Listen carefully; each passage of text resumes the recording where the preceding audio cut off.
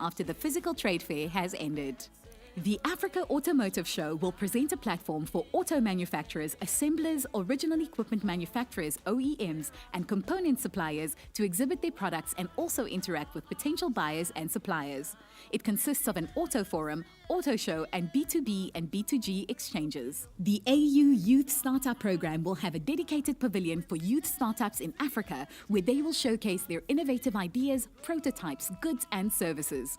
The IATF will provide opportunities for matchmaking with venture capitalists, entrepreneurship training, networking among the youth and other delegates at the trade fair. IATF 2023 will provide a unique and valuable platform for businesses to access an integrated African market of over 1.3 billion people with a GDP of over 3.5 trillion US dollars created under the African Continental Free Trade Area.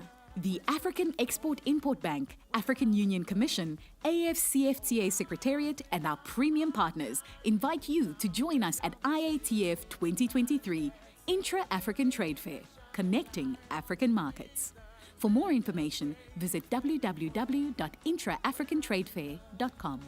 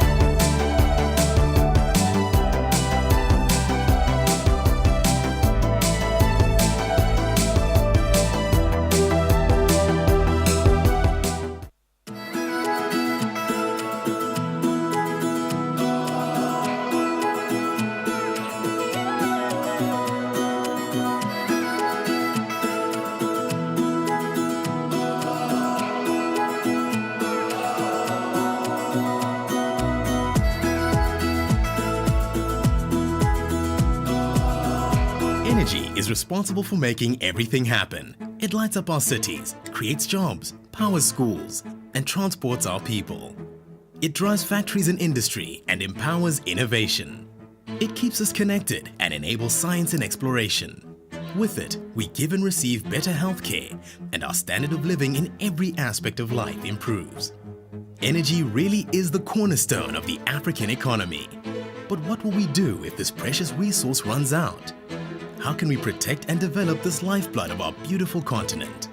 The African Energy Chamber will host African Energy Week at the Victoria and Alfred Waterfront in Cape Town. The interactive exhibition and networking event will run from 18 to 21 October. The 4-day conference will unite Africa's energy stakeholders, drive industry growth and development, and promote Africa as the destination for energy investments. Recognizing that energy transition is shaping global conversation, the week promotes the continent's position and the future of its energy sector. African Energy Week 2022 will be critical for the continent and its people.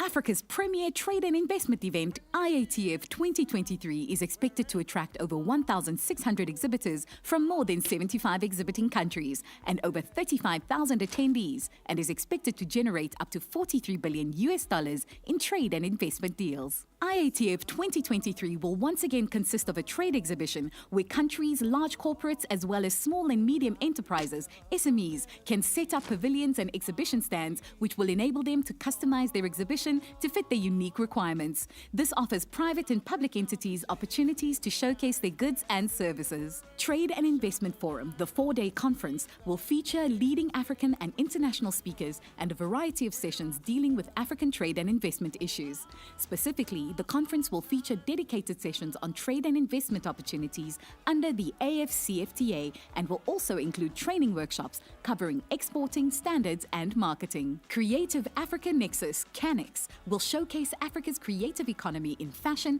music, film, art and craft and sport. The CANEX program will include a Creative Africa Summit and dedicated creative industry exhibition, a B2B and B2G platform. The platform will provide opportunities for matchmaking, business exchanges, and conclusion of business and investment deals. This is supported by a dedicated African Buyers Program. Country Days has sponsorship opportunities and is open to 4 countries. It presents a platform for the 4 selected countries to showcase their trade, investment, tourism, and cultural opportunities. IATF Virtual. This platform showcases goods, services, and investment opportunities on an interactive online platform. The IATF Virtual is currently live and will continue even after the physical trade fair has ended.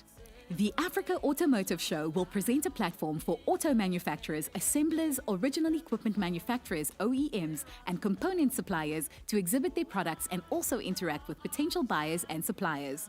It consists of an auto forum, auto show, and B2B and B2G exchanges. The AU Youth Startup Program will have a dedicated pavilion for youth startups in Africa where they will showcase their innovative ideas, prototypes, goods, and services. The IATF will provide opportunities for matchmaking with venture capitalists, entrepreneurship training, networking among the youth and other delegates at the trade fair. IATF 2023 will provide a unique and valuable platform for businesses to access an integrated African market of over 1.3 billion people with a GDP of over $3.5 trillion created under the African Continental Free Trade Area. The African Export-Import Bank, African Union Commission, AFCFTA Secretariat, and our premium partners invite you to join us at IATF 2023 Intra-African Trade Fair, connecting African markets. For more information, visit www.intraafricantradefair.com.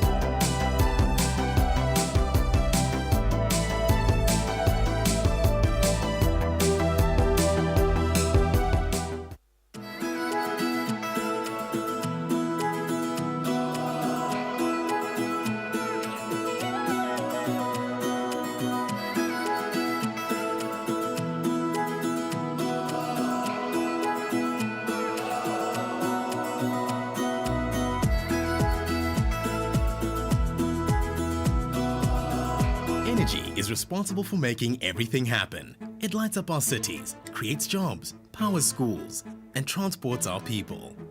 It drives factories and industry and empowers innovation. It keeps us connected and enables science and exploration. With it, we give and receive better healthcare, and our standard of living in every aspect of life improves. Energy really is the cornerstone of the African economy. But what will we do if this precious resource runs out? How can we protect and develop this lifeblood of our beautiful continent? The African Energy Chamber will host African Energy Week at the Victoria and Alfred Waterfront in Cape Town.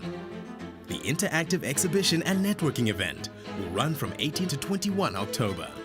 The 4-day conference will unite Africa's energy stakeholders, drive industry growth and development, and promote Africa as the destination for energy investments. Recognizing that energy transition is shaping global conversation, the week promotes the continent's position and the future of its energy sector. African Energy Week 2022 will be critical for the continent and its people.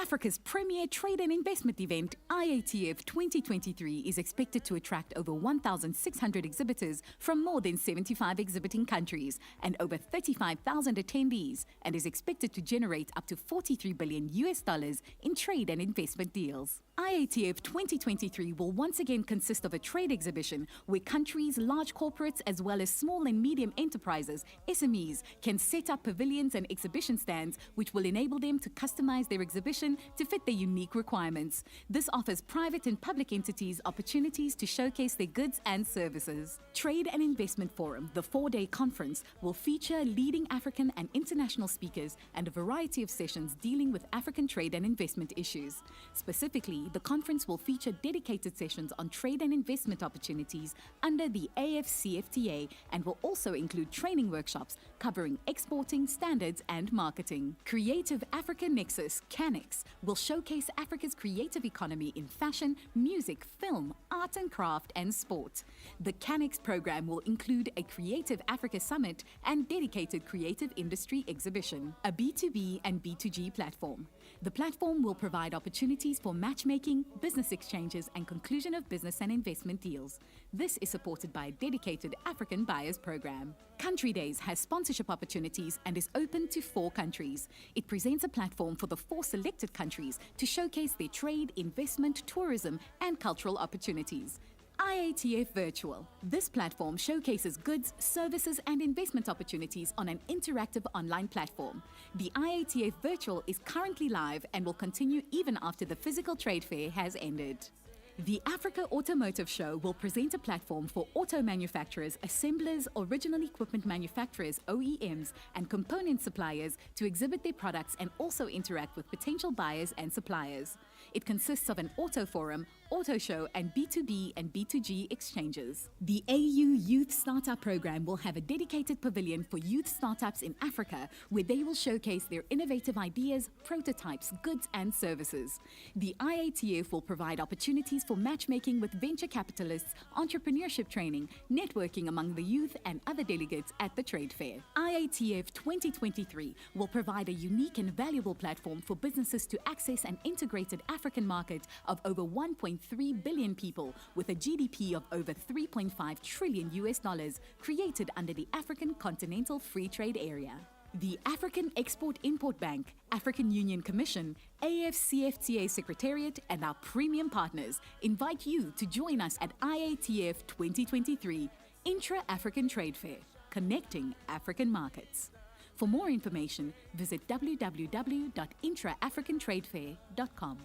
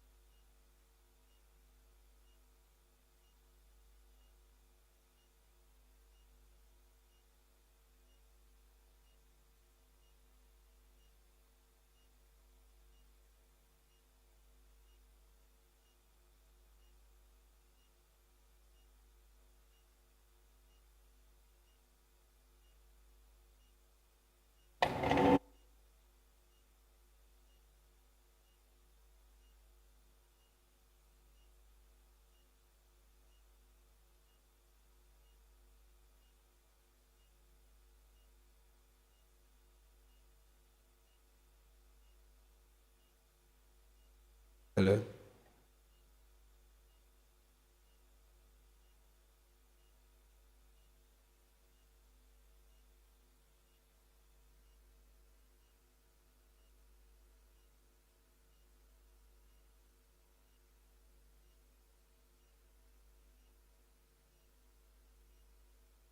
One.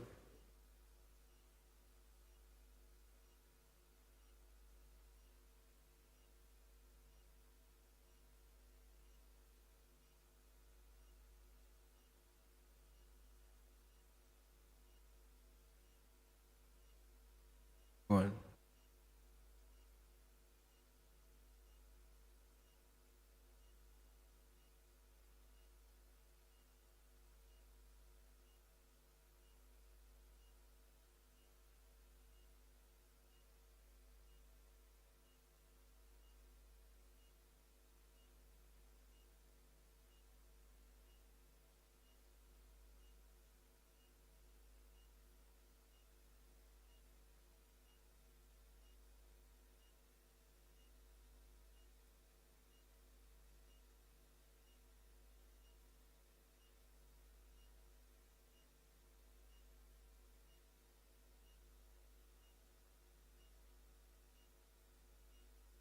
One. One.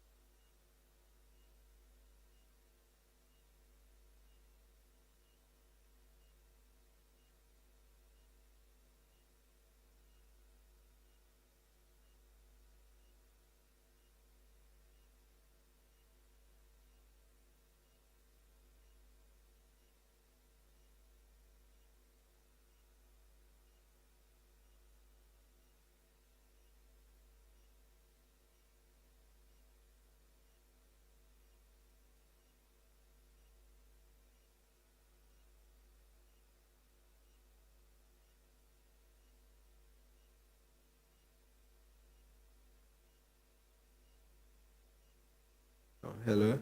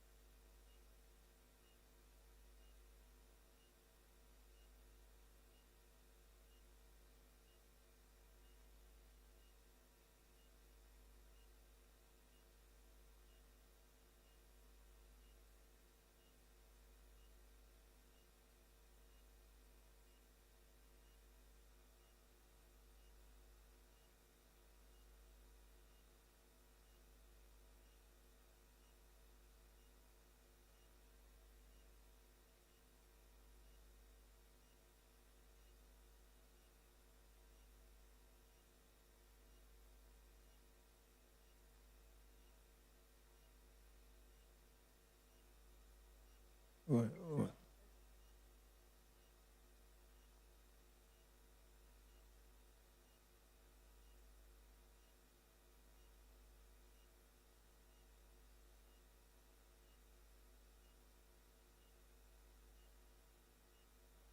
One.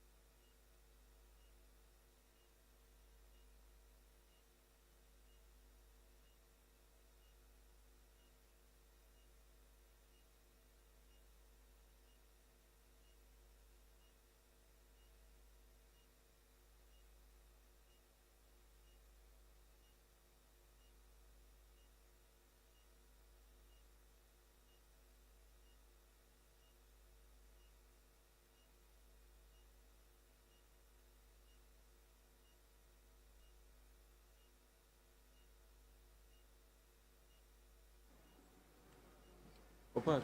Opat. Thank you. I'm just going to visualize the slide. So just use it. Okay. Thank you. Please wait a minute. Is it on? Please, it's on. Ladies and gentlemen, please could you make your way to the plenary hall?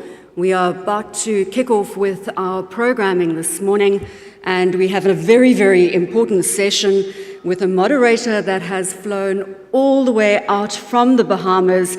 Her name is Miss Altoviso Munnings. She's from the Broadcasting Corporation of the Bahamas, and she will be moderating this next panel. So if you are in the foyer outside the main hall, please make your way into the plenary hall as we are about to kick off our programming for the morning. Thank you so much.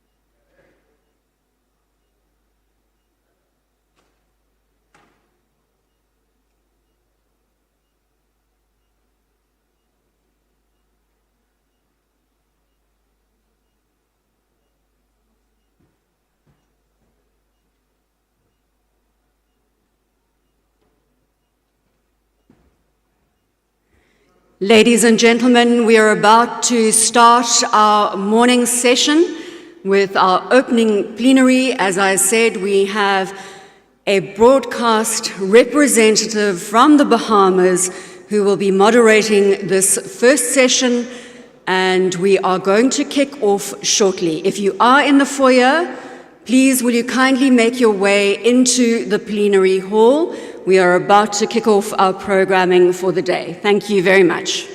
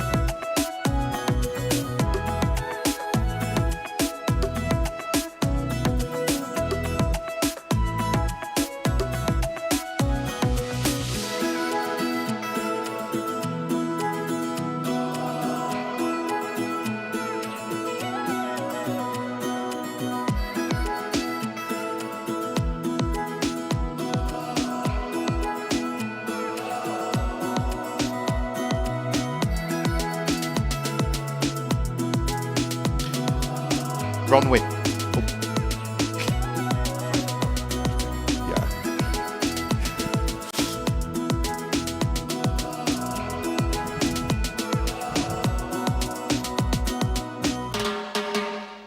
Well, good morning to everybody. Could you lower that music, please? Otherwise, I'm going to start singing to it, and you don't want to hear that this early in the morning.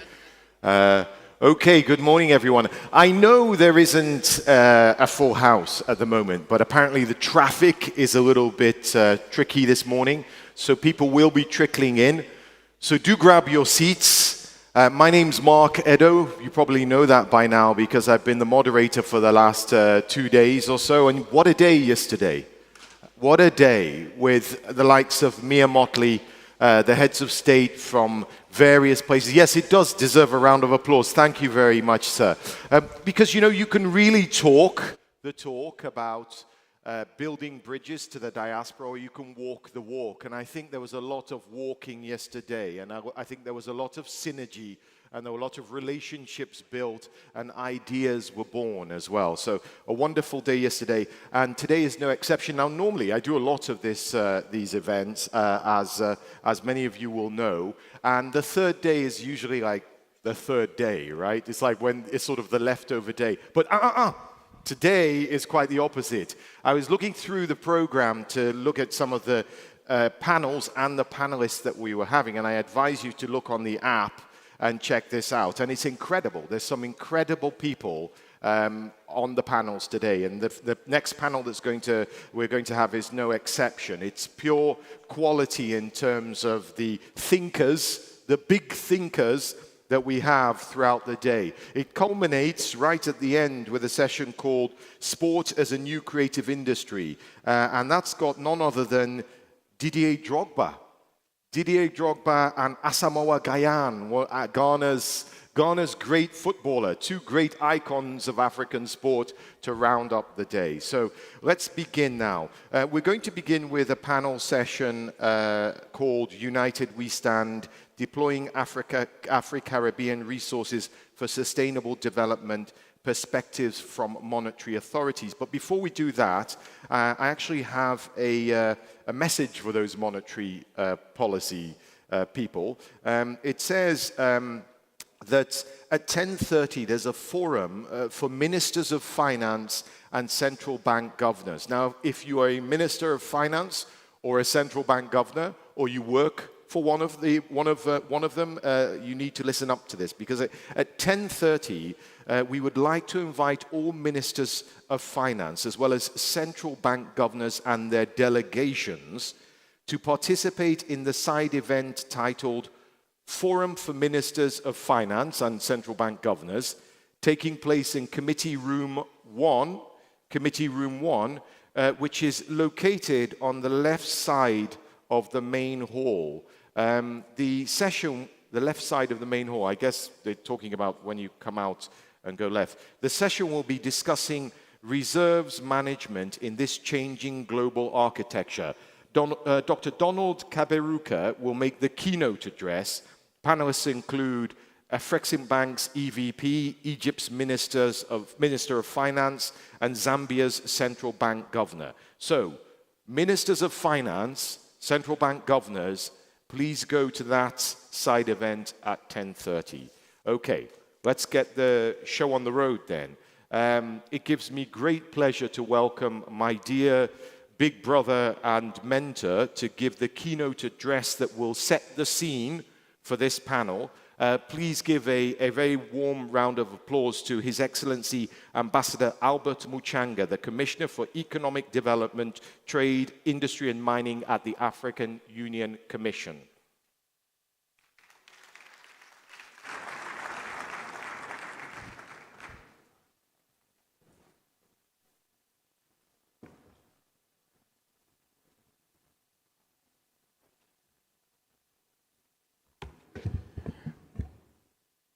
Thank you very much, Director of Ceremony. I greet each and every one of you. We've got honorable ministers here. We've got honorable central bank governors and the other dignitaries. I'm standing before you to make the presentation on behalf of the Deputy Chairperson of the African Union Commission. She is unable to be with us this morning. She has to hold the fort on behalf of the Chairperson of the African Union Commission, who is attending to other continental duties across Africa. Can I just, yeah. But we always operate as a team, and hence my coming before you here to make the briefing. I begin by saying that the resources of the African and the Caribbean regions are very vast, and they are equally very varied. But broadly, they can be grouped into three categories: human capital, natural resources capital, and environmental capital. When we talk of generating the sustainable development of Africa and the Caribbean regions by deploying these resources, a key feature is that both of our regions are among the most vulnerable to climate change and the least contributors of the emissions of greenhouse emissions, causing this environmental and potentially existential threat.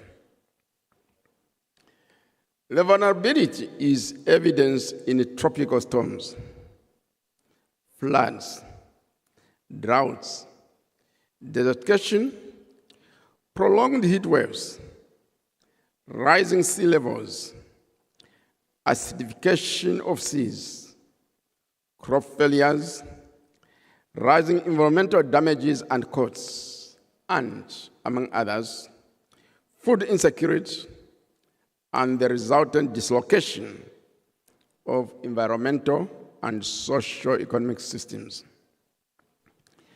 Many parts of Africa do not, for the first time,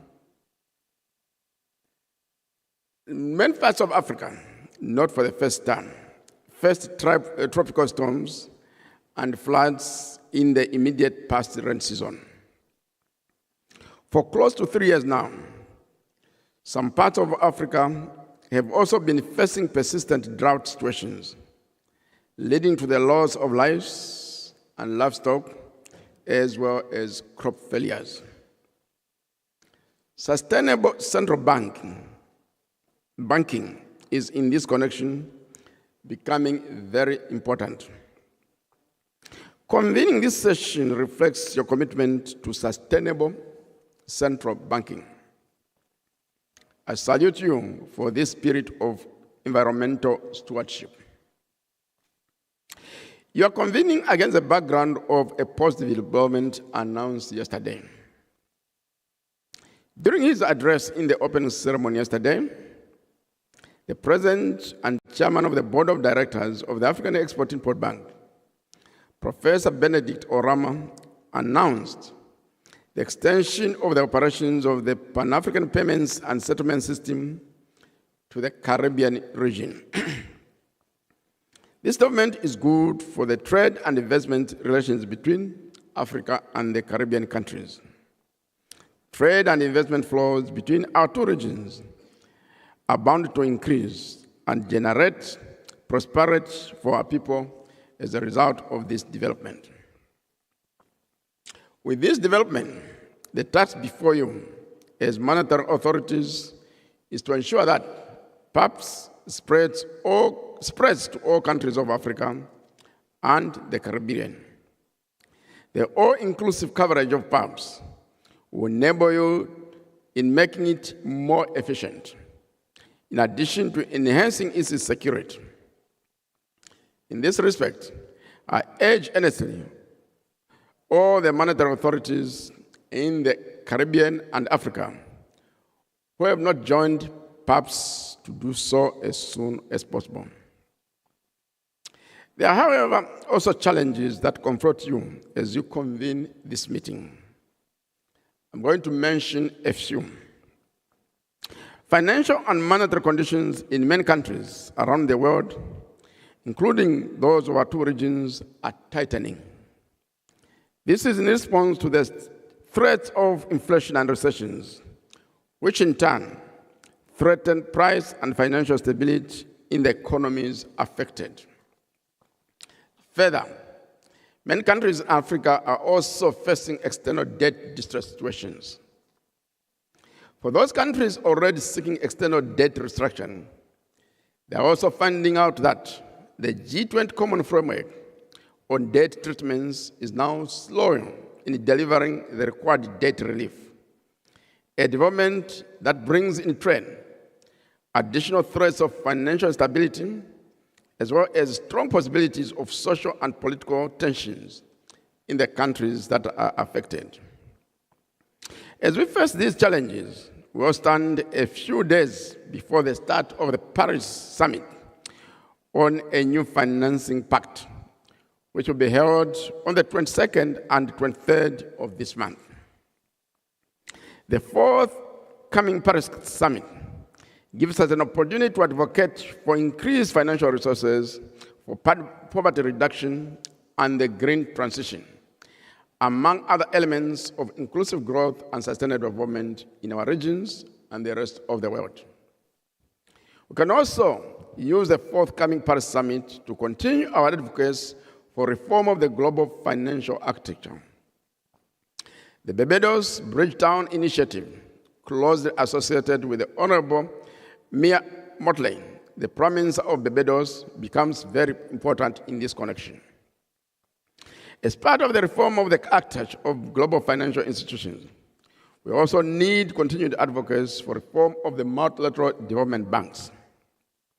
Strategically, we would like them to provide increased concessional and long-term financing in order to, among others, minimize threats of periodic debt crises and the consequent underdevelopment that our countries have been facing in their slow and difficult journey of inclusive growth and sustainable development. Reformed multilateral development banks should also be positioned to address future pandemics better than they did during the COVID-19 pandemic, whose health, social, and economic consequences are still being felt in many countries and societies.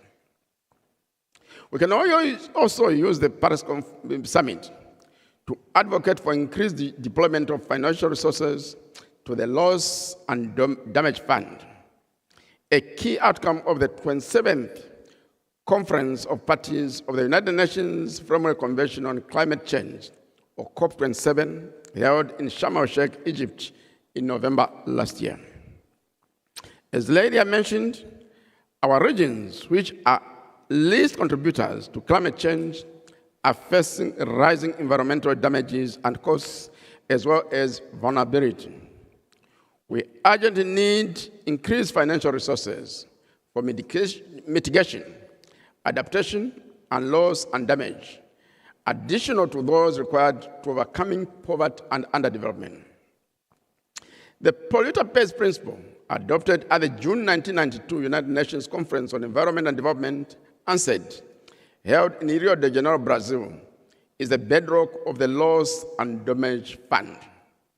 In this respect, the climate change-inducing commercial activities should also be taxed to contribute to the fund, notwithstanding the fact that our world has market radicals who resist paying taxes.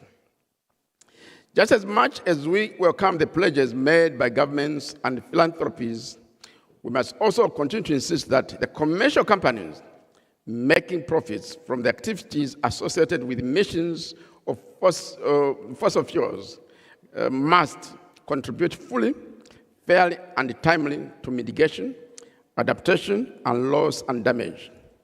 Let us continue putting these companies in the spotlight. We also need greater voice in the governance of the global financial system. The Global South is an important systemic part of the global economy, and in this respect, requires greater voice in managing the interdependence of economies. Granted, there is emerging fragmentation of international trade and deglobalization.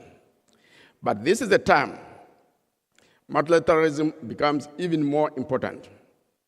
Acting together and in alignment, we can overcome the challenges facing us. Acting in isolation, we can sink one by one. We need each other to survive and thrive as humanity.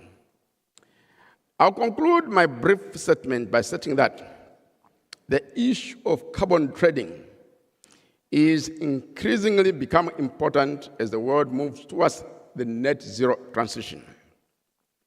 The key question is, when is carbon trading going to be mainstreamed in the country's international trade statistics around the world?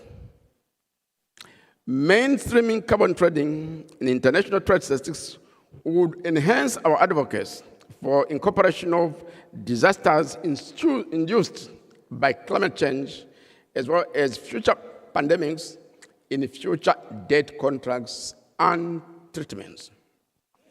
A future must come where net contributors to loss and damage to the physical environment assume the debts of affected countries and communities who are the least contributors. Our two regions are in the category of the least contributors. It is with these words that I look forward to monetary authorities in this conference room giving us their perspectives on how the African and Caribbean countries can work in a unit to leverage their human and capital and natural resources as well as environmental resources to achieve inclusive growth and sustainable development in our two regions. I'll end here and thank each and every one of you for your kind attention. Thank you, moderator.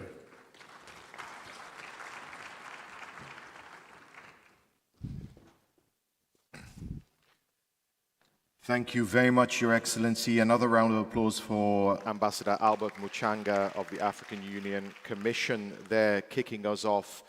Some really interesting points, Your Excellency, particularly about mainstreaming carbon markets. Really interesting. I'm going to bug you later for more, for more information about that. For now, we go on to our first panel. The first panel is entitled United We Stand, Deploying Afro-Caribbean Resources for Sustainable Development, Perspectives from Monetary Authorities. The moderator for this session has come all the way from the Bahamas. She's the Deputy News Director for Broadcasting Corporation of the Bahamas. Please welcome Ms. Altovice Munnings. No, hold on to it. Thank you.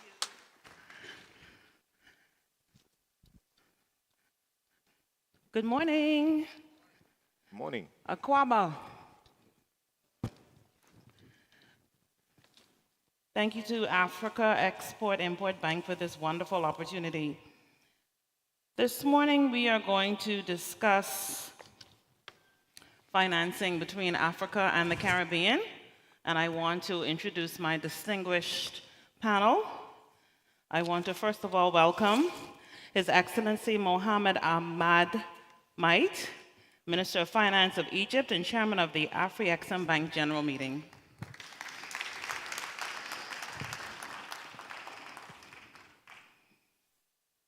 Next is the Governor of the Reserve Bank of Zimbabwe, His Excellency Dr. John Manguda.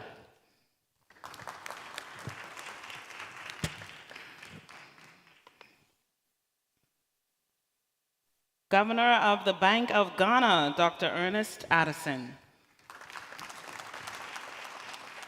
Good morning, sir. And my Caribbean counterpart, the Governor for the Central Bank of Barbados, His Excellency Dr. Kevin Greenridge. Good morning. Thank you, gentlemen, for participating in this panel. Ladies and gentlemen, the huge financing gaps confronting the regions, most notably in the areas of trade, infrastructure, and economic development, have undermined the process of structural transformation and shared prosperity for decades. In addition, here in Africa and my home in the Caribbean are among the most vulnerable to climate change, and also some of the regions have major challenges attaining all of the United Nations Sustainable Development Goals by the 2030 target.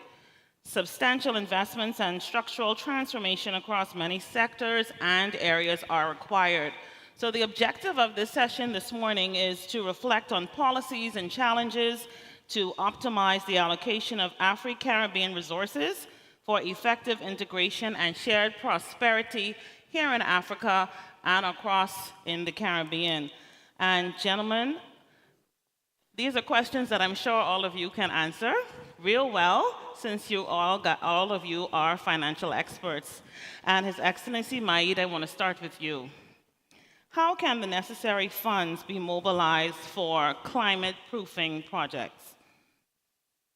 Thank you very much for such a question, and let me say that for climate change financing, it will be very important to see different types of financing rather than traditional and the conventional ones, particularly that we started with green bonds. We started to see that we need to get cheaper green financing. Let me say, a country like Egypt, we did not see this experience. We went for green financing by issuing green bond for the first time in the Middle East and North Africa, but eventually it was more expensive than the traditional Eurobond because of the additional cost we have to pay for many requirements attached with issuing green bonds. There are some innovative ideas now for climate change financing, which we encourage. And also, I believe that it is very important for international financial banking system or financial institutions is to set up an architecture for financing climate change, yes, which is different from the traditional ones. We tried even with the commercial banks to get green financing, green loans, and Egypt has an experience of getting $1.5 billion for a green loan in order to move with that. But let me say that we need to see in different international financial markets some innovative idea to go for it. I remember that I went to the Japanese financial markets and I issued samurai bonds, cheaper, and really it was good experience. So now they are saying to us, we can go further and see green samurai. It's an innovative idea, cheap, but we have to raise the issue of guarantees. The issue of guarantees for accessing some of the international financial markets will be an issue. So for example, we are trying in Egypt now to go for a Chinese financial market to issue Banda bonds. But because of the need of guarantees, we asked the African Development Bank, and they have approved it some couple of weeks ago, a guarantee of $745 million to issue Banda bond in the Chinese capital market. And now we are in the final stage with get another guarantee from the Asian Infrastructure Investment Bank. So I think this will help us, Egypt, to issue different types of instruments which can help us financing climate change. This is on one side. The other side, MDBs, multilateral development banks, they need to offer not only encourage private sector, but they need to offer more cheap financing and more lowering the terms and the conditions. I think that one of the issues which I think we need to talk about with them is that they must use their AAA rating in order to get hundreds of billions of dollars and make it offer it to countries who want to finance climate change at a cheap price. Because now, if you are telling me I have to go for renewables, I need a lot of money to go for renewables and to go for projects which can address the climate change concern.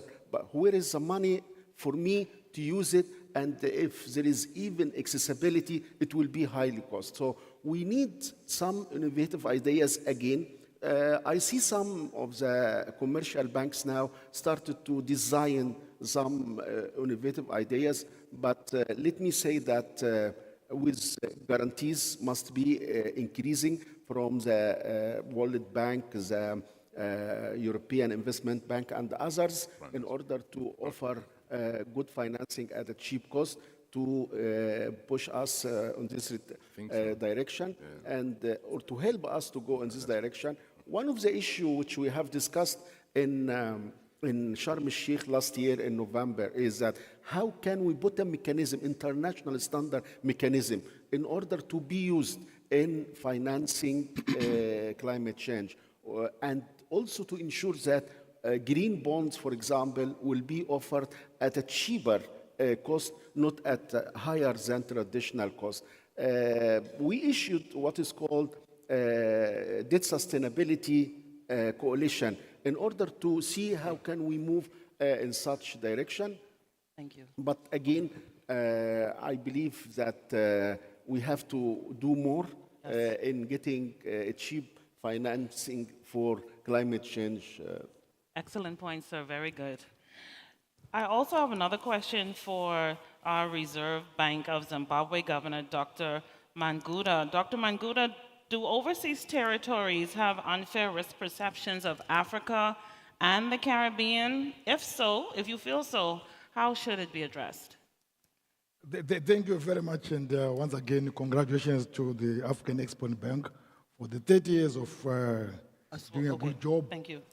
From my perspective, very simple, is that we need developmental mandatory authorities, which means Ministry of Finances and central banks, that are supposed to adapt to the changed circumstances. What we see in both in the Caribbean and Africa is the changed circumstances. We have got the change in climate changes, as we have said. We've got global financial squeeze throughout, and with the geopolitical circumstances. All this needs us to remain united, working together in harmony to ensure that we minimize the risks of falling as a team. In fact, it says united we stand and divided we fall. And therefore, we don't want to fall both the Caribbean side and the African side. So we need central banks, we need monetary authorities that are developmental in nature, that looks at the payment systems across the continents, as we discussed earlier yesterday. And we need those to mobilize resources to ensure that we bring in sanity within the two continents or the two sister countries. If I look at Africa as a country and the Caribbean as one. So what you are saying is very critical. We need to work together in harmony. We need the central banks to ensure also that they understand each other as a society. So we need a cross-fertilization of ideas from the Caribbean and into also to Africa. Reserve management becomes a very important attribute to this, whereby there is the resources in the Caribbean are put together in one basket to develop Africa. That's why we are pleased by what Afreximbank has done in trying to bridge the gap between the two societies, so at the end of the day we put our resources in one basket and also be able to deploy the same resources to improve the welfare and sustainability of the Caribbean and African societies. It's a must to do it, we can do it, and we need to continue doing it. Thank you very much. Thank you. Before we go on, we want to welcome two new panelists on our stage. Dr. Armstrong Takeng, he's the Chief Executive Officer for the Ministry of Finance Incorporated, and Mr. Assoumani Abdou Salam, Special Advisor to the President, former Minister of Finance for the Union of Comoros. Good morning, gentlemen. Good morning. Thank you. Dr. Manguda, you mentioned some very good points there. I wanted to know if the Central Bank Governor for Barbados, Dr. Greenridge, do you have anything to add to what Dr. Manguda said? Good morning, thanks. Morning. Not to add, but to perhaps elaborate a few points. And under the theme, which is deploying Africa, Caribbean resources. First in the Caribbean, and I think it came out, we have quite a lot of resources among the African space countries. And we've, through Afreximbank, have found creative ways to start to deploy those resources to bring the Caribbean countries into the fore. In many ways, but let me focus on a few. So, one, what are the main problems for climate financing? Right now, as being said, too short term, very expensive, and it crowds out other things because of these debt ratios that you get imposed. So, what we need, longer term, much cheaper, and a way to bring crowding, I suppose crowding out. With partnership, for example, with Afreximbank, with the office in Barbados now, for the Caribbean region, pledging $1.5 billion. That's providing wholesale funding and guarantees, credit guarantees to the local banks working through the Central Bank Barbados and the regional central banks. And what that does is unlock the potential liquidity in the system because, as we heard yesterday, banks here in the Caribbean, etc., have become a bit risk-averse to some degree, focusing a lot on AMLs as opposed to. So that allows them to take on and finance climate and greening projects, etc. Two, you've heard yesterday that from the Prime Minister of Bahamas that there have been an agreement for the Caribbean countries to use the PAC system model. We're moving to the second stage now for pilot countries, and I know my Prime Minister Montley is pushing on that. And what that does now is allow us to settle in local currency, but more importantly, it stimulates trade, of course, because now you don't need US dollars to take. But from a central bank perspective, and it's from a small country in the Caribbean where we import most of what we consume, Yes. one of our constraints to growth is foreign exchange. Right. We have what, Barbados, at least $3 billion in terms of liquidity in system access, but that means nothing if we don't have the convertibility. But now we can trade in that, and that gives us space on the foreign exchange side to do other things and deploy those resources differently. On the issue of climate finance, again, what we are doing, we know the Caribbean, CARICOM Development Fund has now been a partner shareholder in Afreximbank. That provide that backing from such a huge institution as Afreximbank allow now for the Caribbean Development Fund to move ahead in certain directions. One direction to move ahead in is developing a regional resilience bond. And that now cleverly put together will provide longer-term financing because right now for us in Caribbean, our main source, the only other game in town you hear Prime Minister Montley say is the IMF Resilient Sustainability Trust, and that's very limited. And now this provides another avenue where they can complement with the backing of Afreximbank and provide financing, longer-term maturities in the area of that.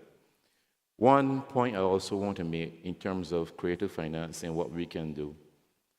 What Barbados have done now is to include natural disaster clauses and pandemic clauses into our bond issuance. And what that does is that in the event of a natural disaster, and it's defined in certain parameters, so it's very clear how you will trigger it if you want to, or have pandemic similar to what we had before. In the case of Barbados, because we've written those into our new debt instruments, immediately it frees up for us 19% of GDP in terms of financing space. Now, there's no one coming in. If a hurricane hit Barbados now, and unfortunately one is in the air, Yes.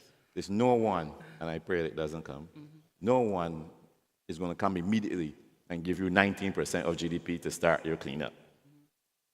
These instruments, initially when we designed them, we thought about them, we were told by international institutions to increase the price of our bonds. They have not done that. They actually, I believe, the market is giving us a better price than you expect, because what it does, these pandemic clauses, it means that in the event of a disaster, it's known in it, you will postpone payments for 2 years, and you put that on the end of the instrument, and you pay it. So the investor knows with certainty what's going to happen. Doesn't have to worry. He or her doesn't have to worry. If we can get, for example, Afreximbank and other countries to include those in their instruments, then when a disaster happens, Afreximbank and other investors know we are going to pause. The country have the resources while you create other space, and we can start build back. So one call for me will be for that to be taken forward. I know my Prime Minister is pushing it. In Paris is going to be pushing that as part of the, along with the Bridgestone initiative, to help provide the finance in that direction. Dr. Greenridge, you mentioned central bank perspective. I want to go to a central bank perspective to you and as well as Dr. Addison. And Dr. Addison, you can answer this question. First, to what extent can central banks encourage behavioral change among market actors in favorable of sustainable development? Well, thank you very much for that question, and thank you to the Afreximbank for organizing this forum for exchange of ideas. I think that the African region and the Caribbean share a very long historical and cultural ties. But it's important also to recognize that investment flows from both the Caribbean and Africa will be critical to growth in both parts of the regions. But let's go back to the issue of cooperation and trade. And we know that trade is largely influenced by the size of our economies. Trade is also inversely proportional to the geographic distance between the two trading blocks. So the biggest problem that we have with African-Caribbean trade is about the distance. Major infrastructural bottlenecks.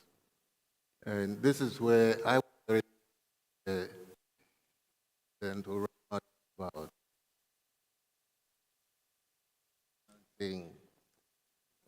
African Caribbean airline, which would really lead to the kind of integration that we are looking at.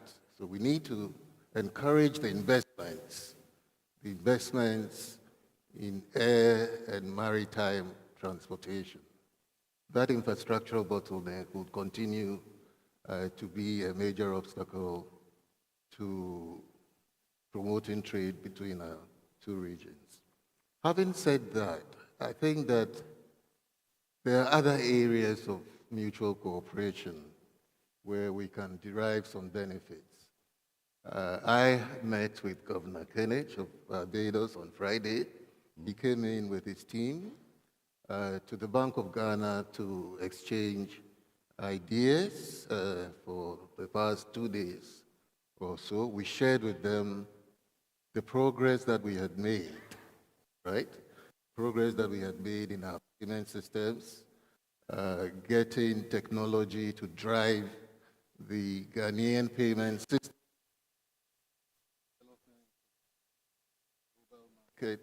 mobile money space, and some of the things that we have done to introduce or pilot the central currency, which is the CD. We also did quite a bit from our counterparts led by the governor on the fact that they had also done a debt exchange.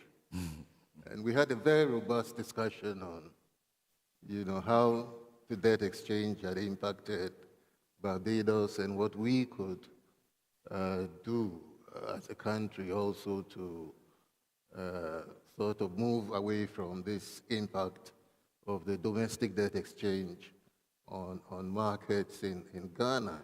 He was very firm that we will make progress. They have been through it, and we picked up quite useful ideas, in that discussion on the way forward, including what he just mentioned about putting in clauses on pandemic issues in the issuance of our bonds going forward.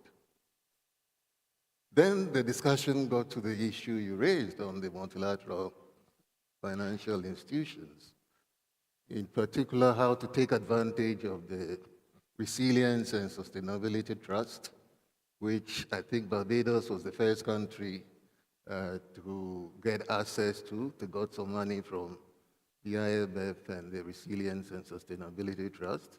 I think they also got some money from the World Bank, $100 million on that, and sort of encouraging us to, sort of take that path as well, because there are a lot of projects that can be financed using those green resources.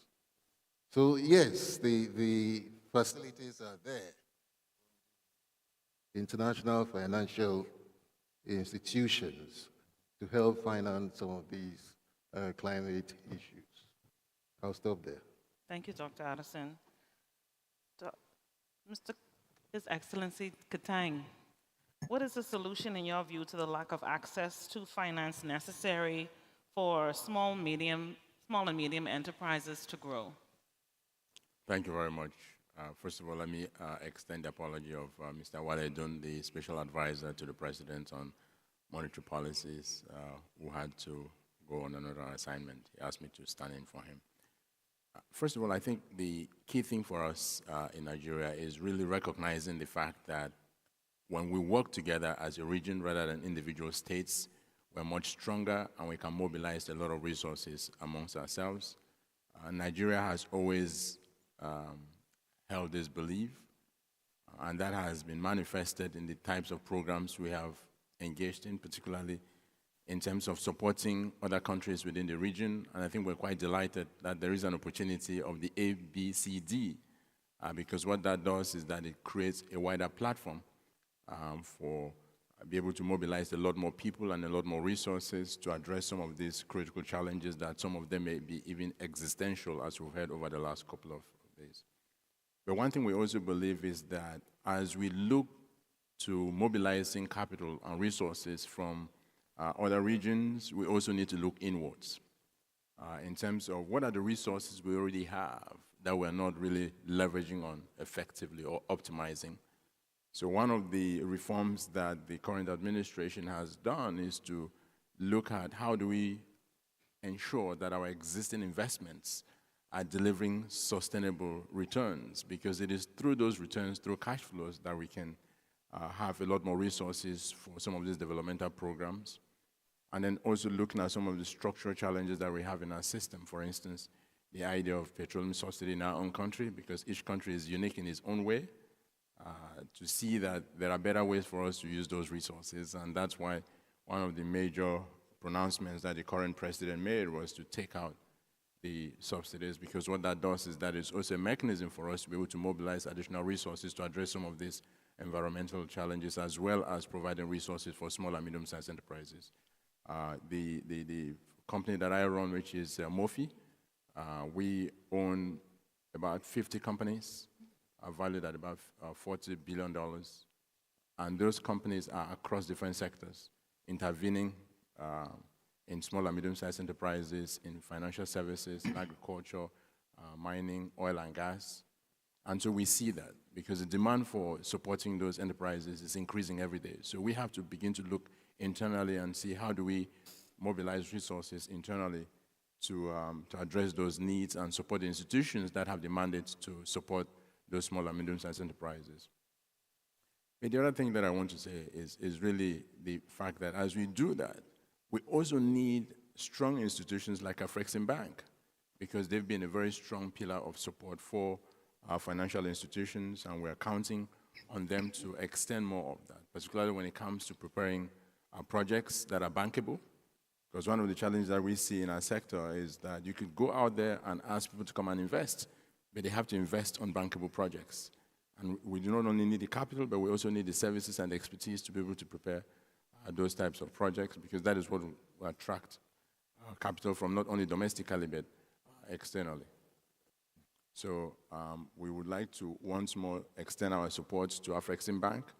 I think Nigeria has always been a pillar of support for Afreximbank, even in their very dark days. Mm-hmm. And I would say that to the president that the administration will be there to continue to support the institution, because we think that a stronger Afreximbank means a stronger Nigeria, it means a stronger Africa, and I also believe it will be a stronger ABCD, and I hope that we'll be able to follow through that and make the ABCD a reality. Thank you very much. Thank you very much, sir.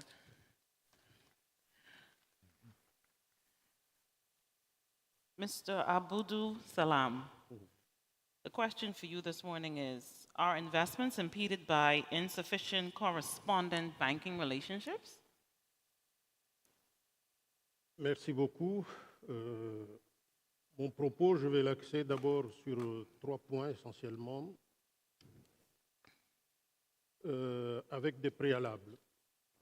Je pense que le thème qui est posé ici est louable de par l'action de l'Afreximbank, de vouloir regrouper ou canaliser les ressources afro-caribéennes pour le financement du développement industriel de l'Afrique.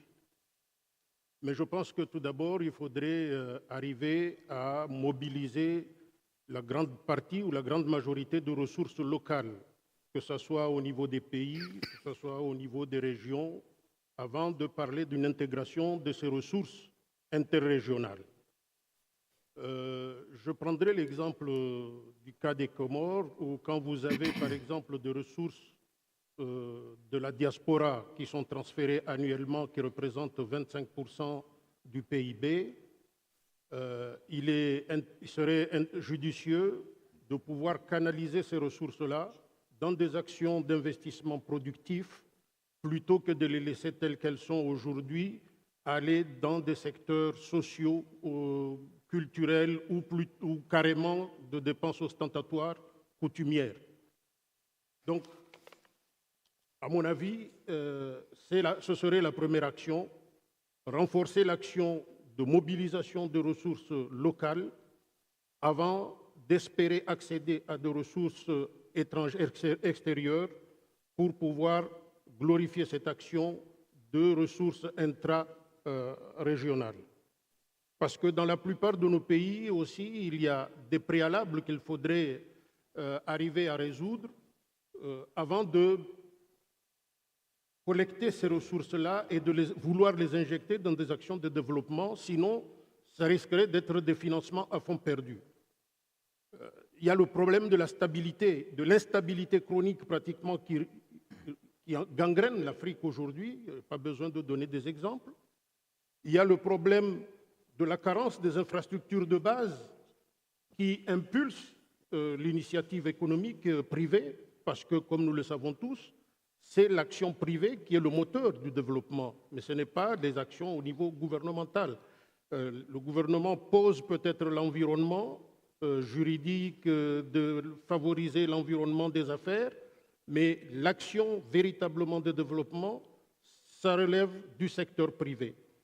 Donc, Le privé a besoin de ces préalables, d'avoir ces infrastructures en amont de base, avoir cette stabilité politique, administrative, institutionnelle réglée au niveau des pays, et également le gros du problème, peut-être qui doit être en premier, comment arriver à mettre à disposition des financements à long terme pour pouvoir véritablement financer des investissements réels pour nos pays.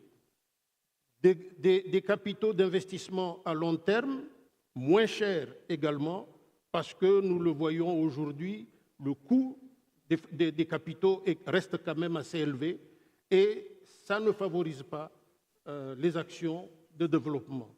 Certes, on parle de diverses actions aujourd'hui, les financements fonds verts, financement carbone, financement, mais sans ces préalables que je viens d'énoncer, ce seraient des actions malheureusement à fond perdu. Donc voilà un peu mon propos, je ne veux pas être trop long, voilà mon propos qui vise à poser les jalons, si l'on peut dire, du financement effectif de l'investissement réel du continent africain. Merci. Merci beaucoup. Merci. In less than a minute, gentlemen, I wanted to ask if you can answer in less than a minute this question about poverty and lack of employment, because poverty and lack of employment plagues a lot of economies around the world, even in the Caribbean where I live. So gentlemen, in less than a minute, can each of you answer the question, to what extent can structural transformation address poverty and lack of employment opportunities? His Excellency.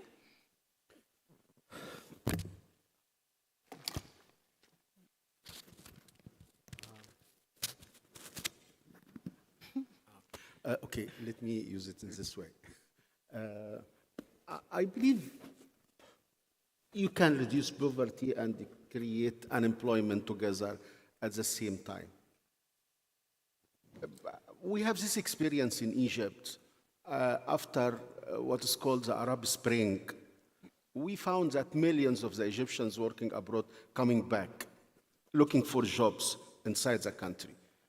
At this time, we cannot create immediately 3-4 million jobs. But what we thought, okay, let us create projects which can create millions of jobs. And this direction helped us to create up to 5 million new jobs for these comers to the country, and also to reduce poverty. Because the most effective way to reduce poverty is to create jobs to people. Whatsoever social benefit package you are offering to people, cash transfer, food subsidy, energy subsidy, whatsoever, will not be effective. The most effective is to use resources to ensure that these resources will create jobs.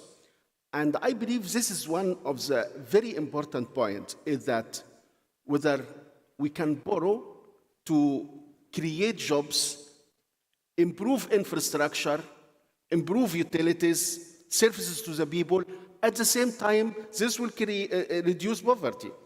This will be an efficient and less costly, or no, I have to not to expand financing, but I have to limit what I can do, which might not sort out the two important, creating jobs and reducing poverty. Thank you so much, sir.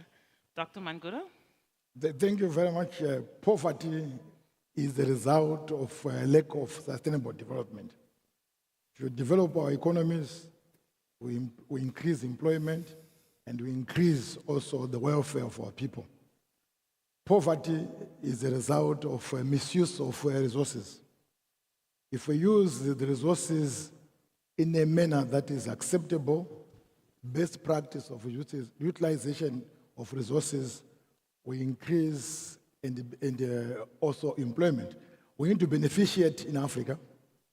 We have a blend of resources that I do believe that if we harness them, increase beneficiation, then we also get out of poverty. poverty, it is a disease that can end of the day present what I call political challenges in economies.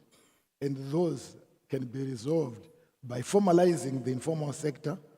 I see in Africa we have a blend of informal sector. We now need, as mandate authorities, including ministries, including government, to formalize such informal sector. You'd find that in most African countries, about 50 and above percent is informal sector.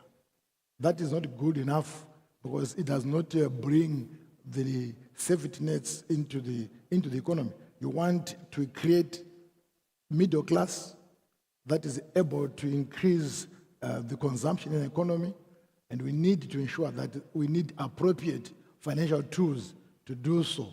I'm happy about the initiatives like Arise, which is definitely to expand the industrial parks and economies, to bring investments, to reduce poverty and increase employment. So what it means that we need to work together, better together, stronger together, and we need the likes of Afreximbank to be the catalyst.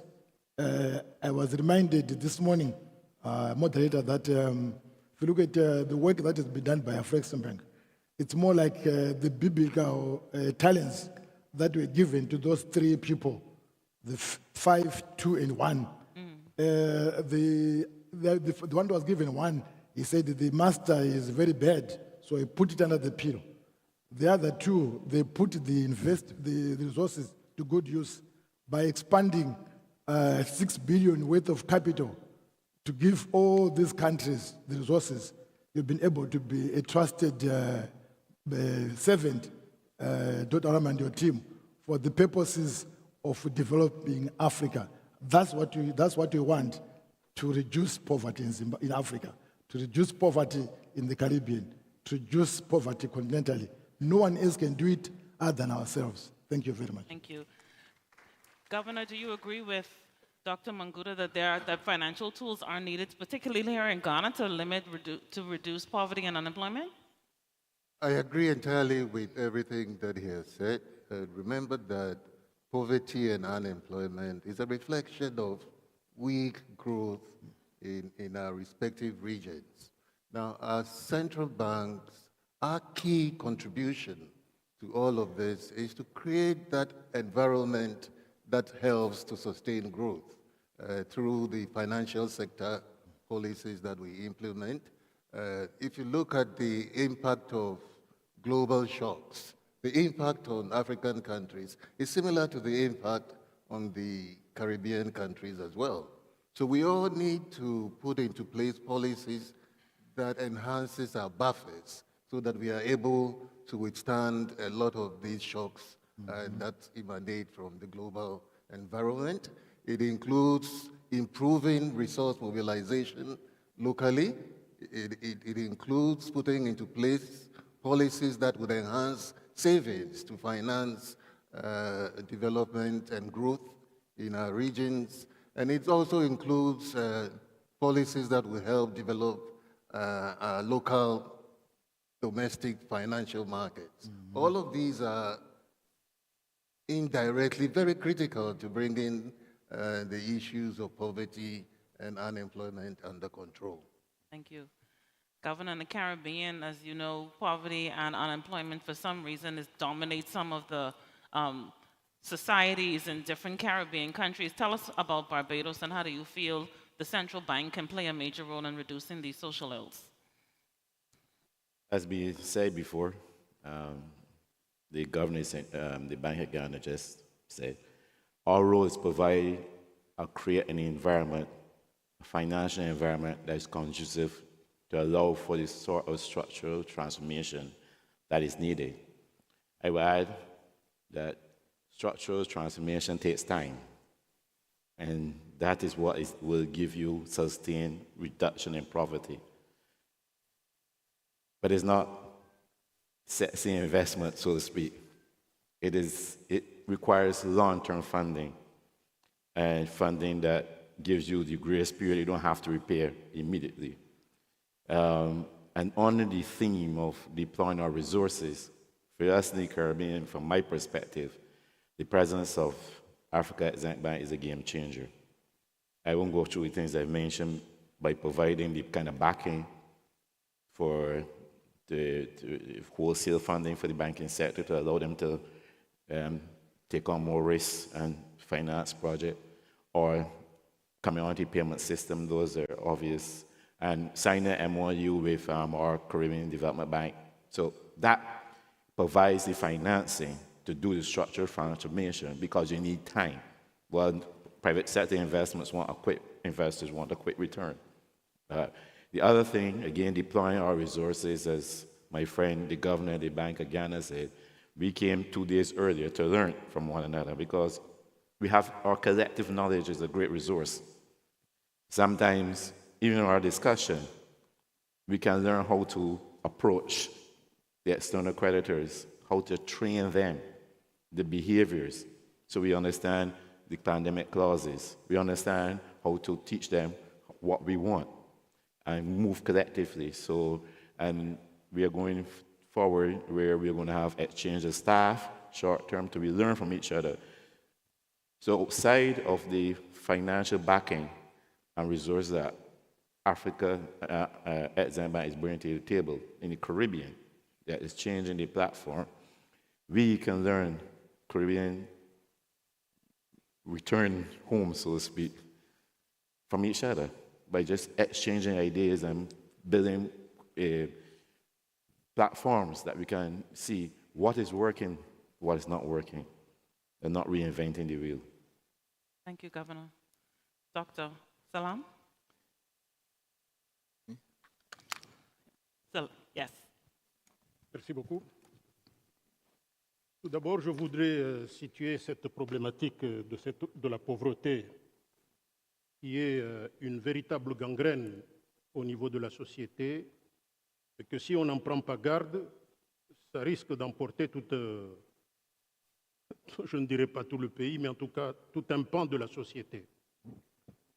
Pour avoir eu une carrière de 20 ans dans l'administration technique et politique, je me suis reversé après dans le privé pendant 16 ans, où j'ai eu la chance de diriger un secteur de microfinance, un réseau de microfinance, qui, quelques 12 ans après, est devenu la première institution financière du pays. Ça m'a permis de voir et de dire que si on ne prend pas en charge cette frange de la population qu'on dit les pauvres, en leur créant des outils ou des produits financiers adaptés, tant pour l'épargne que pour le crédit, ça n'améliorera jamais leur situation. Or, justement, dans le réseau que j'ai eu à diriger, nous avions eu la chance d'avoir créé des outils spécifiques, des produits spécifiques d'épargne et de crédit. Et au fil des années, nous avons pu constater que ces gens qu'on a classés initialement pauvres ont réussi à surmonter quelque peu cette pauvreté, et certains même sont devenus beaucoup plus demandeurs que nous étions obligés d'orienter vers les secteurs financiers bancaires. Parce que le réseau de microfinance, comme vous le savez tous, a un certain niveau où il ne peut pas accéder. Donc, nous avons évolué de cette manière, et je peux dire qu'au bout de 12 ans d'expérience, tout le monde a constaté que ce réseau de microfinance est devenu la première institution financière devant des banques commerciales du pays. Tout d'abord parce que je vais dire quelque chose qui risque de choquer certains dans la salle. Nous oublions souvent de dire que le pauvre, entre guillemets, parce que je ne sais pas ce que ça veut dire exactement, eh bien le pauvre, quand il vient emprunter, il rembourse beaucoup mieux que le cadre supérieur ou que l'entrepreneur moyen. Eh oui, madame.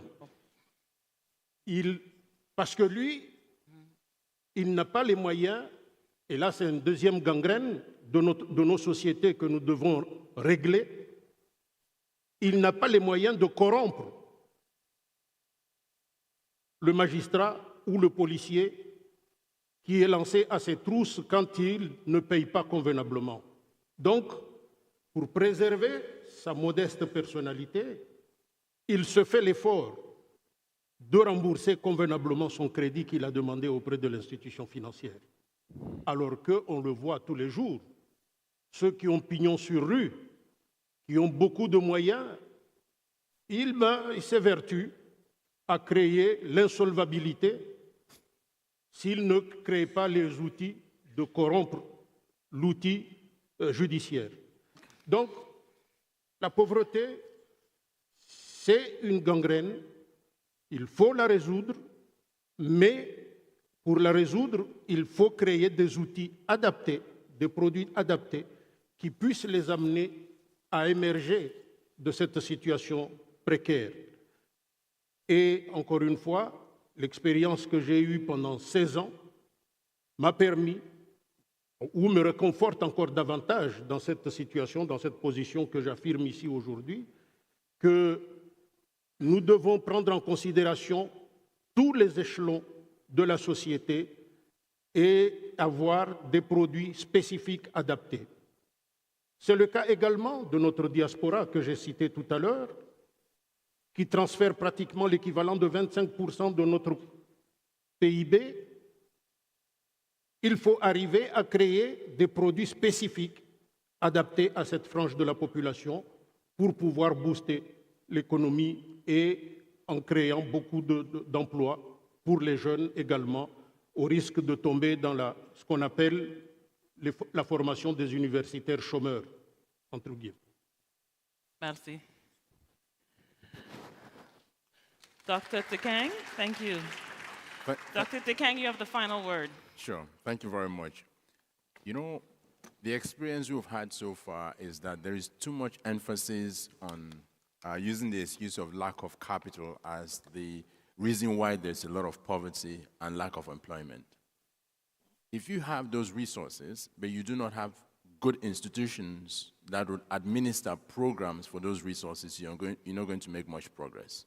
We've certainly had the experience where we have deployed large amount of capital over decades in specific sectors that were expected to create jobs and reduce poverty, but they really wasn't very successful. But in instances where there was a recognition for strong institutions that have the governance in place, that has the competence of management to deploy those resources well in a sustainable manner, we've had better outcomes. So I think in addition to mobilizing capital and having resources, we need to, in the continent, we need to begin to place importance, or more importance, on building very strong institutions with the right governance in place, have the competent teams that will manage these resources. And I believe when we start moving in that direction, we will see better outcomes that are meant to address poverty as well as reduce unemployment. We certainly have some of our portfolio companies that were established in the last decade where those were practiced in terms of ensuring we have the right business model, we have the right governance structure in place, we have the right competent teams that are managing these resources and those programs. We've had better and more improved outcomes from the same quantum of resources. So I think that is something that we need to look at as a continent in terms of better deploying our resources and having the right institutions to do that. Thank you. Gentlemen, thank you so much for participating in this wonderful discussion on United We Stand, deploying Afro-Caribbean resources for sustainable development, perspective from monetary authorities. Enjoy the conference. Audience, thank you for your attention. Mr. President, good morning, and thank you so much for this opportunity, sir. Good to see you. Thank you. Thank you, everyone. Hello, can I have... No? Yes? Aha, thank you. I have to beg you this morning. A round of applause to our moderator, Alta Vice, all the way from the Bahamas. Thank you, sir. I know you have a meeting, you gentlemen. I know that there's a Ministers of Finance and Central Bank Governors meeting now outside to the left. I'm sure the ushers will take you there. Thank you very much, sirs. Now we're going to have what I call a mega panel now, a very, very big panel. I think there's nine panelists and the title is Unlocking Capital to Deliver Prosperity for Africans. Whilst they shuffle the furniture around, because they have to move, and the microphones, I've got a few minutes actually, and I've got a microphone right here. And I'm going to come into the audience because I've not really heard from the audience and who the audience are over here. So let's see who we have that we haven't heard from. I can see the former vice president of my own country, the Federal Republic of Nigeria. I know there's a lot of my kinsmen and kinswomen here today. And our former Vice President, His Excellency Vice President Sambo, is sitting here quietly as always. You know, if I have a microphone and you're around, you know what happens next. I give it to you. This is if I can give you this, this is not an ordinary annual general meeting.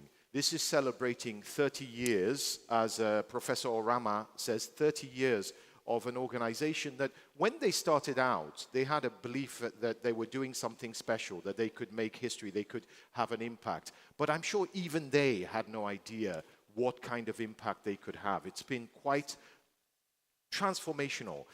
You've been a big supporter of Afreximbank and done everything you can to support this organization. Just tell me what comes to mind when we look at 30 years of the African Export-Import Bank. Thank you very much, Mr. President, distinguished guests, ladies and gentlemen.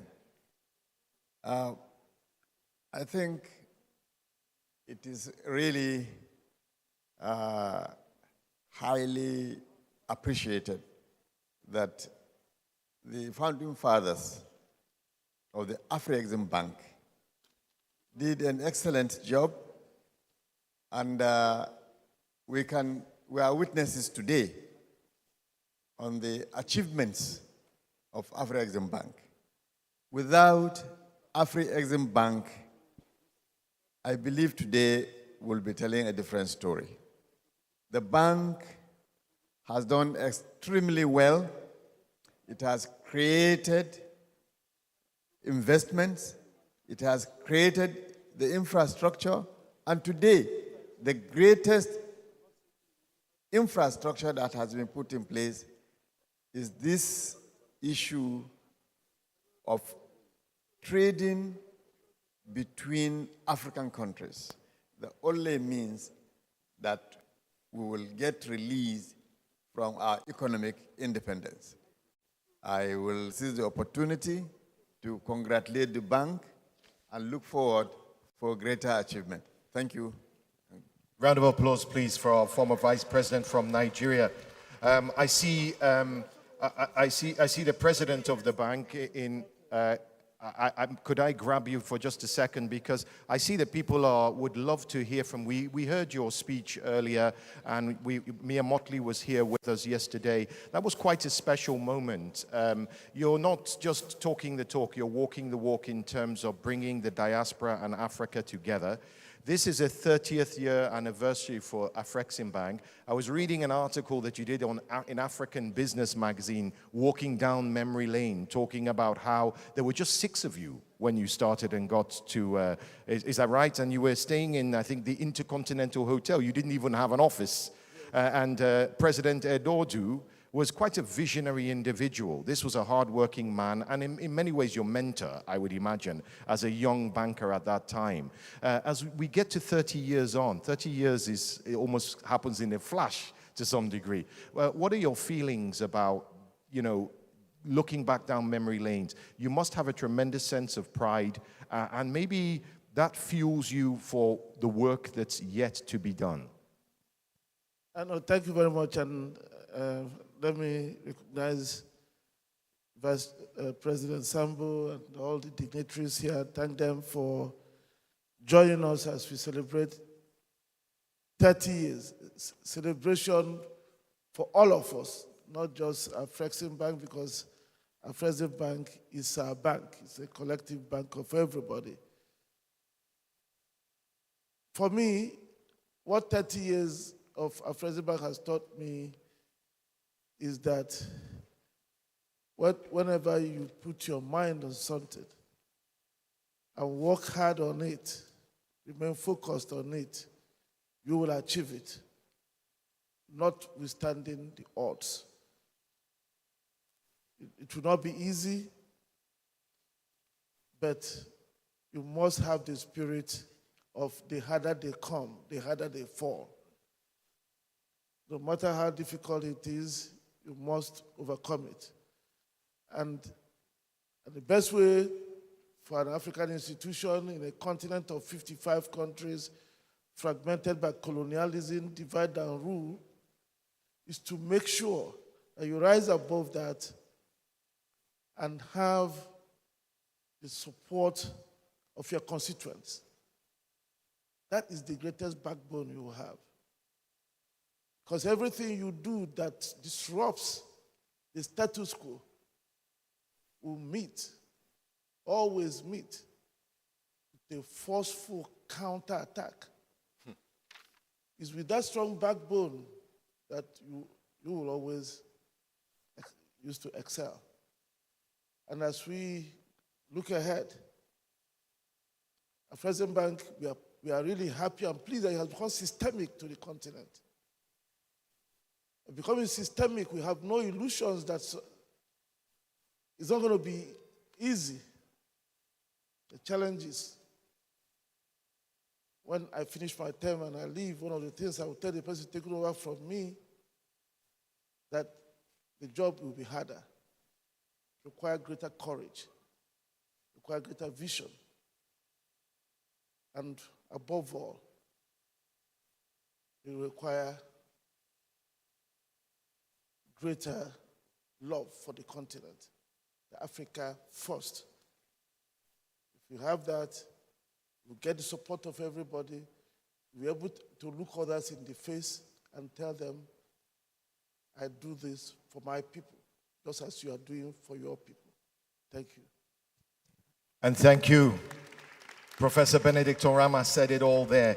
Now we're going to quickly move on to the next panel. I don't need to say much because I have possibly Africa's greatest moderator there in Bronwyn Nielsen from the Nielsen Network, and also the force behind all that's happening, the madness that has to happen to make what's possible on stage.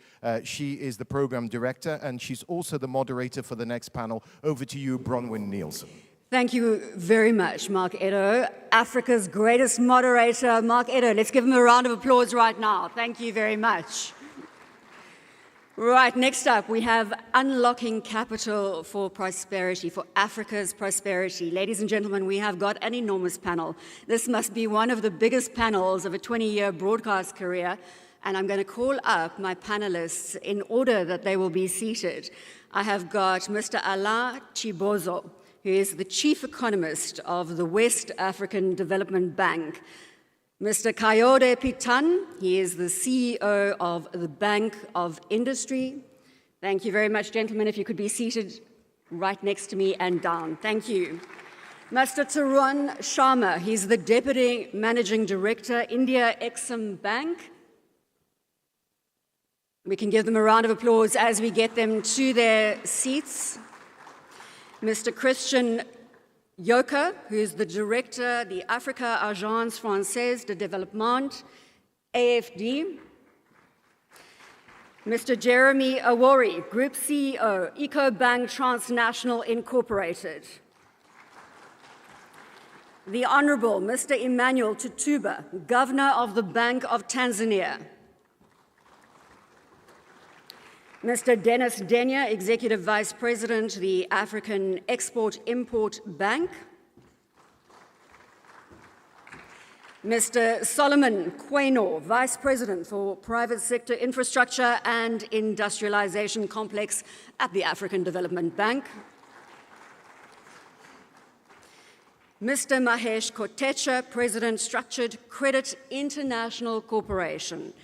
Ladies and gentlemen, please can you give another welcome to Mahesh, if you can take the seat. We've also got Nikita Gusakov, who is CEO of Exia. Thank you so much, Nikita.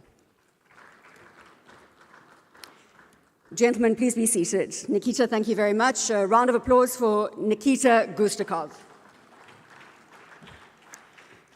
Right in front of me, I have a 60-minute clock. We have 10 people on the stage. We're going to divide this into 3 sections with regard to unlocking capital for prosperity. The first section we're going to talk about is that there is capital.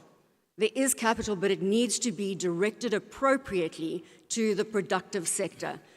The second theme that we will cover in this panel is with regards to the reality of risk around Africa.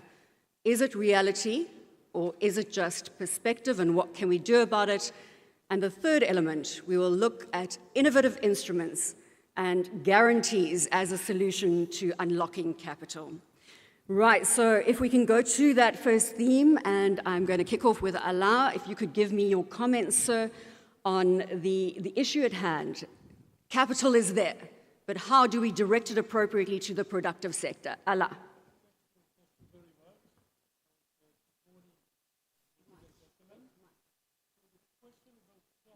Sorry, Alain, I think that microphone's not working, sir.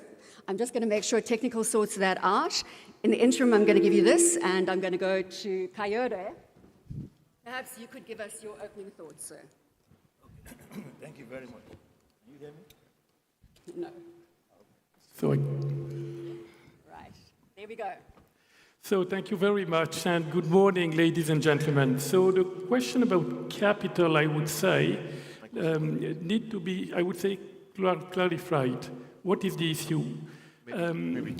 Capital, and especially the capital that can absorb losses, is key, because when we take some risk, if things go wrong, we need to sit on part of capital which can be used to face these losses without any issues. And of course, this means that it's difficult to find this capital, because most of those who have this capital are risk adverse, number one, and two, tend to charge a lot to give this capital. So our challenge is, when we have some capital and when we have some loss-absorbing capital, our challenge is to make sure that we use exclusively this loss-absorbing capital on assets which may face losses. Unfortunately, what's happening today, in some projects, we use capital to find assets which actually are not risky. And the most examples is some projects where we use some capital to finance some headquarters, some properties. And that's something we need to work on. Thank you very much. Kayode, if I can get you to come in from a Bank of Industry perspective, and I think the point that Alain makes there is incredibly important. The fact that we could be directing capital to the wrong projects. Perhaps pick up on that theme, sir. Yeah, thank you very much. Yes, like you said, capital is available, but we have to be creative the way we go about looking for capital. You ask yourself, they say, well, we don't have long-term capital in Africa. That's not true. Maybe the long-term capital in Africa, they're in the wrong places. For instance, there's a lot of pension funds in South Africa, a lot of pension money in Nigeria. The African countries have most of their foreign reserves in foreign banks, earning close to nothing. And then they go around to go and borrow money from the commercial banks and pay anywhere between 7% and 12%. So if you know where to look, capital is available. But then most African countries have problem accessing the capital. One, we need to look at the financial structures of those countries. Taxations, for instance. Most African countries, you'll be surprised how much we collect in taxes. The rich don't pay, So a lot of money also is locked up. So that has to be. And then you now ask, what do we even need the capital for? You look at our import pattern. In Africa, we're importing champagne, importing different kinds of things. When we should focus on using those monies to create wealth by exporting things that can create value. So when the foreign So Coyote, I'm going to get Tarun to come in here. I just want to get one point. You haven't answered my question in terms of whether, sorry, can you give it back to Coyote for a moment, whether we are in fact directing capital to the wrong areas on a regular basis across Africa. If you could answer that and then hand the mic to Tarun, please. I think we are doing that in a lot of countries. We are not putting the capital where we should get good returns. You know, for instance, we have to be very creative in our thinking. Let me give you an example. Many years ago, there was a time we had a lot of US dollars that was given to Nigerian banks to finance the manufacturing of chocolates. And I told them that my belief was that we are better off putting those monies in Nestle, you know, to buy shares there and export the cocoa until we are ready. Because the chocolate they were talking about, we're not the one eating it.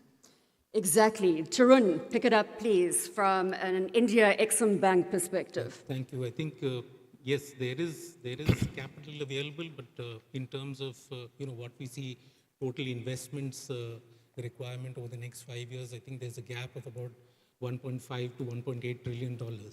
Now, what's really happening is that in Africa, the focus has largely remained on commodities. If you look at where the investment is going and where Africa's exports are going, they're largely dependent on commodities. Almost half of the exports are related to that, and largely in the petroleum sector. Now, one encouraging trend that I see in recent times is that if you look at over the last maybe decade or so, we're seeing the pickup of FDI investments in greenfield projects. We're seeing it moving into connectivity, into transportation, into green social housing. So we're seeing a gradual shift. Is that enough? Perhaps not. We need to do a lot more to try and get it into the right places where it's not going as yet. Thank you. Right, before we hand that mic further, what you are seeing right now, ladies and gentlemen, is an advertisement across the stage, which says, welcome to the annual meeting for Afreximbank 2023, because I want to check whether Christian Yoko's mic is working. So, Christian, it's an ad break, and you start talking. I'm so happy to be here. Apparently it's working. Right. So, happy birthday to Afreximbank. Go ahead, Christian, and bring in your point, please. Yes, thank you very much. Indeed, this question of capital availability is a key one. And indeed, the issue is not so much about the availability of this capital, but the channel. Which channel shall we use? And we do think at AFD that one of the best and main channels is to go through development bank, public development bank. There is no country that has been able to strive without having a public financial arm. That's why we do support this club, IDFC club of international development banks that gather 26 banks around the world, 5 of which in Africa. And they have a strong capital and financial capabilities because they represent 600 billion USD per year in terms of financial commitment. And those actors are on the ground. They know where to direct financing. So we do think that that's a proper channel to be used in order to make sure the capital goes on the right sectors. Jeremy, from an EcoBank transnational perspective, if you can weigh in, and again, gentlemen, you are the experts on the panel, so weigh in with your most pressing thoughts when it comes to the topic at hand. So thanks, Bronwyn, and good morning to everyone. There are 2 or 3 areas which I think we have to confront when it comes to capital allocation. If we look at agriculture, and you look at lending in commercial banks, and the percentage of banks' balance sheets that go to agriculture, it is probably in single digits in most countries. Yet agriculture employs most people and supports the livelihoods of most people. So there's work that I think we need to do in agriculture. How do we organize it? How do we organize smallholder farmers? How do we risk share so that we can take this at scale? And why is that important? It's important because we need to get self-sufficiency in food for our people, first and foremost. So that's one. Second, I think we have an issue around affordable housing. Do we have sufficient affordable housing for people to live in? How do they get on the ladder? and move their lives forward. And then the third, which is the other big employer, is on the SME front. How do small businesses get capital? And it's a complicated area because there's a lot of information gaps. It's difficult to price risk. There is high delinquency. And I think there's more work we need to do working together around trying to see how do we get better at pricing this. They also lack collateral. So it becomes difficult to collateralize your position. So I think those are three areas that I say we've got more work to do in terms of allocating capital. And EcoBank is focusing on that as we do so. Governor Tutuba, if you can weigh in from a Tanzanian perspective, again, we're looking at the fact that capital does exist, but we need to direct it to the appropriate productive sectors. Governor. Thank you very much, Moderator. First of all, I would like to appreciate and extend our appreciation to Afreximbank and the good leadership of our great brother and for celebrating this 30 years of operationalization. Yeah, with regards to Tanzanian experience, well, we have been providing some support to different levels, but with regards to capital, it depends sometimes on the behavior of the recipient. You know, based on my experience, because you have been supporting, first of all, the agriculture sector. We have the Agriculture Development Bank and even other commercial banks where the central bank also provided a monetary policy instrument to lower the interest rates for agriculture. Currently, we are providing at the level of 9%.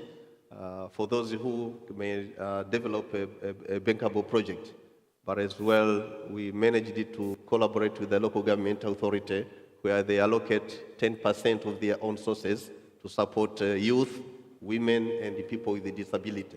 So by doing so, what I can just say for 20 activities, because I have seen the issue of behavior in managing that capital, where I have realized to have like 3 different behaviors. There are those who are serious with the investments. When you give them capital, they direct you on what you have planned to implement.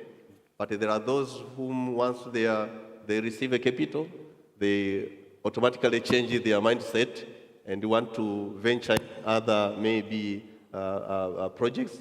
But for us, we have been very strict to enable that even other banks, once they provide the capital to those businesses, they make a closer follow-up to ensure that the projects are also succeed.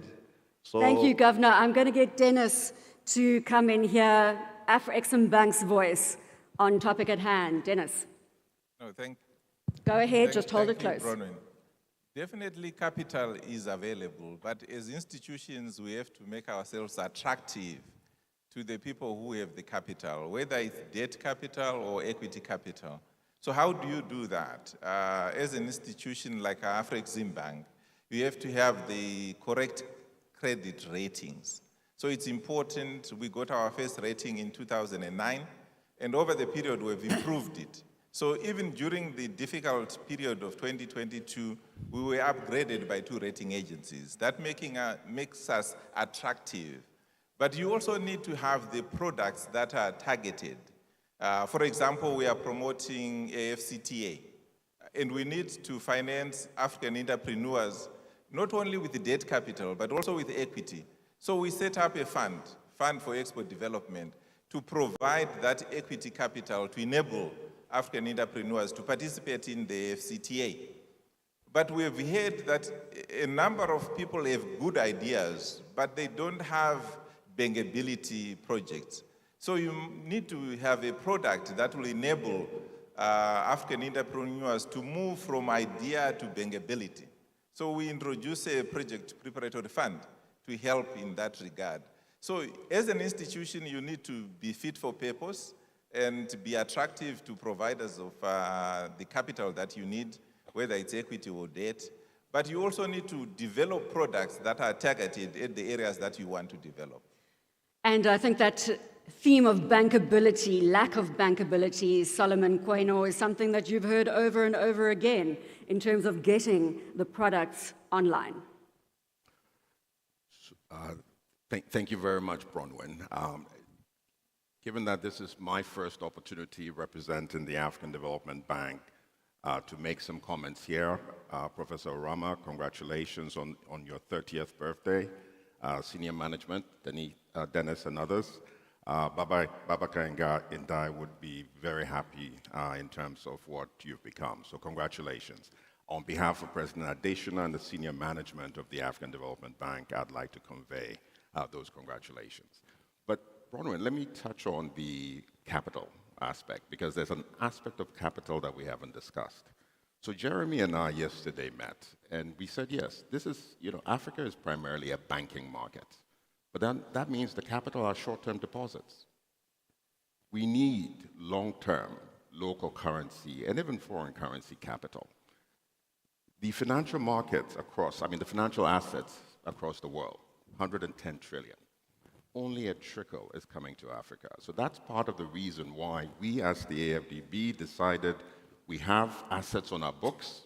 Let's do a synthetic securitization to attract US investors. And we were supported by Africa 50 and Marina. So partnerships is very important in doing this. But let's bring this closer to home. We have what we call the $2.5 trillion story. If you look at the sovereign wealth funds, if you look at the pension funds, if you look at the insurance pools, assets under management in Africa are really around $2.5 trillion. Now we, in partnership, Dennis, ourselves, others, need to figure out what do these investors want? What risks are they uncomfortable with? And how do we mitigate or de-risk so that we can channel those funds? Exactly. Solomon, I want to bring Mahesh in here, and it is that. Capital flows where capital is welcome, ladies and gentlemen. Capital flows where capital is welcome. And I take from Dr. Orama earlier in terms of saying, Professor Orama, that it is about Africa first. So I think we're all saying the same thing. It's about speed of execution right now. Mahesh, I want to bring you in, and please take into account what the rest of your panelists have said. Add your voice, sir, and then Nikita, I'm coming to you. And then, gentlemen, we're going to jump around the panel, so don't expect me to go in the same order again for the next theme. Mahesh. Thank you very much. I'm very pleased to be here at the invitation of Dr. Orama. I thank you for that, and I also congratulate you on the 30th birthday, as well as on getting an upgrade. It should have been an upgrade to single A. It was an upgrade to triple B. We hope that you get to a single A someday soon. So congratulations. The speakers before have said a lot of different things, and I want to pick up on a couple of threads there to talk about risk. Portfolio investors are typically short-term investors. So they react to short-term market conditions. Long-term investors are really what you want from abroad. Foreign direct investment is really what you want. And for that, you need to have proper bankability of projects, and you need to have proper risk mitigations to cover real risks and perceived risks, both. Real risks are difficult to really change. They take time. Nigeria, for example, where President Obasanjo was here yesterday, I don't know if he's still here, but Tinubu is doing a great job of trying to fix the real issues in Nigeria. Other countries have done many policy reforms. Nigeria has embarked on a major, major change with the elimination of subsidies and the floating of the exchange rate, and more to come. So those real changes have to make a difference, and they did make a difference in the spreads almost immediately, although that has to be sustained over time. Then there's the issue of perceived risks, and there's a lot of discussion on perceptions of risk. The rating agencies are blamed for much of that, and the investors are blamed for that. And I think that there is a very interesting question that can be raised as to how do you address both real risk and perceived risk. Perceived risk, I thought, should be addressed 20 years ago when I was at the Council on Foreign Relations with the assignment of ratings.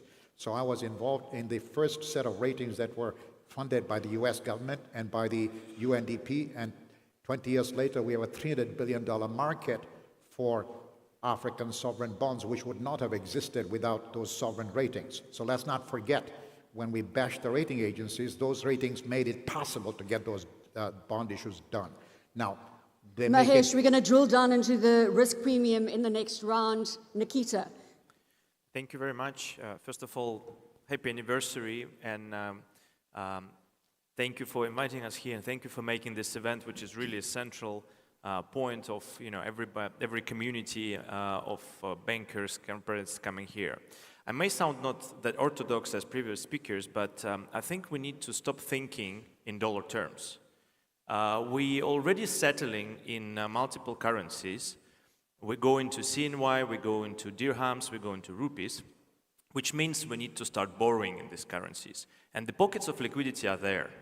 We just need to focus on that, make the right road shows to these markets, and start getting this funding available. That's one point.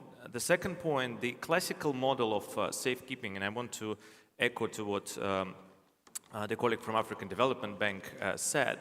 Africans should learn from Russian experience. We did the same thing. We were keeping our funds at the US European banks at 0%, and we're borrowing at single or double digit. It's no longer available. We need to employ the local capital into the local market without the going into intermediaries and perceived safeness of this money being kept with the international banks or others. If we do that, it means we not only save on the costs, but we also deploy the capital where it is generated. And the Africans have a lot of capital inside and outside the countries. So if we do that, it will bring enormous amount of new funding to the local market.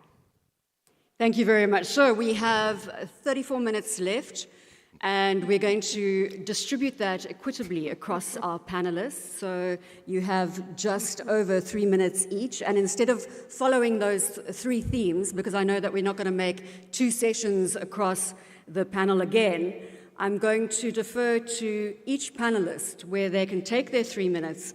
They can look at the themes at hand. Risk in terms of Africa, perception versus reality. And then I want to include the third theme that I had spoken to you about today, which is innovative instruments and guarantees. So gentlemen, you have 3 minutes each at this stage. I am going to jump around that panel. Mahesh, I'm coming to you right now, sir.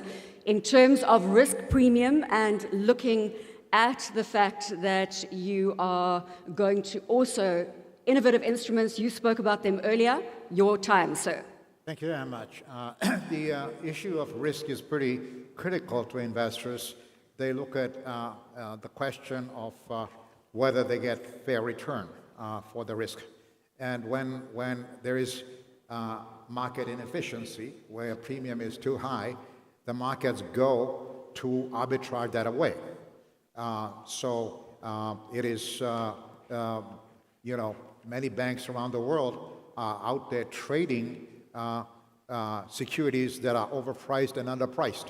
So if we feel very strongly that we are paying too much premium, let us create a mechanism to make it possible to drive that premium down, create an index of the premium that people can trade and see in the markets, and then see that they can make more money by going to where the premiums are. And that will attract more money and drive the premiums down. I was involved in creating the first CDO in 1988, 89. That took the junk bond markets in the US, where the premiums were very high, and actually there was not even market access, and made it possible to have access for more people by securitizing the junk bonds into CDOs, collateralized bond obligations and collateralized debt obligations. I know they then hit some market problems in 2008, but they were from the asset-backed securities market, not from the high-yield bond market or the high-yield loan market. So there are mechanisms that could be addressing the market inefficiencies that we think we have in African premiums by creating mechanisms to a market itself cure the premiums by creating an index. I like that. We are building solutions, creating an emerging market index. Governor Tutuba, you are up next, sir. 3 minutes. Yeah, thank you very much. Of course, I join hands with my brother, the way he has said, and I've seen in the market. Of course, the issue of premium has been a challenge. Previously we used to get money at a very reasonable terms. And now we are also facing the same challenges. When now premiums goes up, of course, even the margin also is being affected based on the current market circumstances. Now we have seen some of the lenders, they can also accept it to rebrand the financing. And you have seen, especially if you go to ECA, there are some times where if you are not in a higher risk based on the modality or the level that you have been assessed to your country, then you can also get those money in good terms. So based on the premium, of course, sometimes it depends and on the structure of the financing arrangement. We used to have, for example, the gender bond, which was subscribed or oversubscribed by some lenders because the way it was structured, it was targeting to some small and medium entrepreneurship businesses. So people were motivated. So sometimes it depends. We have also witnessed some activity projects, especially if you tied up with environmental sensitive initiatives. You'll find that you can also get some premiums can go low, and at that stage as well, even the margin can also go low. It depends on sometimes the way you structure your financing arrangement. But you have seen to some extent as well, if you are issuing, for example, a bond, which is a line-up with some social services activities, you can also complement to lower the premium. But it depends. For example, for Tanzania, since we have been rated at a B2 plus, then there's a level of margin where, as a country, if your debt sustainability is not at a very risky rate, then you'll get either premiums which will be to some extent affordable according to the level of the market. Thank you very much. So from the beautiful country of Tanzania in East Africa, we go now to the West African Development Bank. Allah, you come in here. Thank you, thank you. Let me take an example, because we are facing these issues of risk and risk premium. We finance on part of our assets, we finance roads. And today, financing roads, especially roads that will generate revenues through tolls, usually these projects are not charged with high-risk premium. We can find some capital to finance this with decent risk premium. And that, by the way, is the reason why across our countries you would find a lot of projects with infrastructure, roads, airports, ports, and everything. Because there are some revenues that can be used partly to pay the cost of the capital which is allocated to finance these projects. However, at the same time, we also finance schools or hospitals. And we all know a school will not generate any revenues. And the issue we're facing today, we know that building schools is our future. It's critical, we have to do it. But a project of building school will be charged high capital and high risk premium. So one of the ways to do it for us is to use mutualization. To make it simple, to use part of the future revenues that would be generated in a project on the road, to use part of these revenues to secure the funding and the resources allocated to pay the capital for a school. And we would do that for one reason, because we all know that there is a unity, and the development of a country is only one way to do it, and we have to do everything at the same time. No way we would give the priority to I would say, the short-term issues, the road, and it's good to have the roads, because this is the free trade, the free trade area needs the roads, and at the same time, we cannot sacrifice the future. This, in a nutshell, what I should do. Nikita, we have the BRICS Summit looming in August. I think it kicks off 21st of August in South Africa. I think if we can bring in the Russian perspective right now as we talk about these innovative instruments, we talk about guarantees, we talk about solidarity as emerging markets. You mentioned earlier pulling away from the influence of the US dollar. Perhaps weigh in with that commentary. Thank you. Yeah, I think BRICS financial instruments are underdeveloped. We obviously have the new development bank, which previously was called BRICS Bank, but we believe it's not deploying enough capital into supporting the projects in the countries that are forming BRICS. So the summit would be one of the opportunities to discuss that, and we believe BRICS countries have a lot of interest in Africa. So not only South Africa, but also the Sub-Saharan Africa. So I think that BRICS, through the instruments they have, and maybe even through, settlement currencies, funds, not only the new development bank, may bring a lot of new capital into Africa if it's channeled right. And coming back to the question of risk, just one comment. I think that the African institutes that are here in the continent, like Afreximbank, like African Development Bank, should focus more on the guarantee business rather than funding business, because funding is available. The question is that the international market, whether we're talking about emerging markets or developed markets, they're still very much skeptical about African risk. But they are ready to fund directly provided they have credit enhancements. So once we have the institutions focusing more on the credit enhancement, we can get the direct funding, and it will save a lot of costs to African borrowers. I just want, first of all, Tarun to come in. Mahesh, then you can come in with a comment there. But Tarun, if you could take it from an India perspective, and we can build on, please, the theme that is being put forward there from a BRICS perspective, guarantees. I don't think we've focused enough on the importance of guarantees in this conversation. Tarun. No, absolutely. On guarantees, I was looking at a report from the Inter-American Development Bank, which said that although MDBs are funding about 45% of private sector resource mobilization, guarantees account for only about 5%. And that's a very small number. Now, at around the time that COVID hit, we were looking at another study by the Asian Development Bank, which said that the total gap in trade finance is about 1.7 trillion.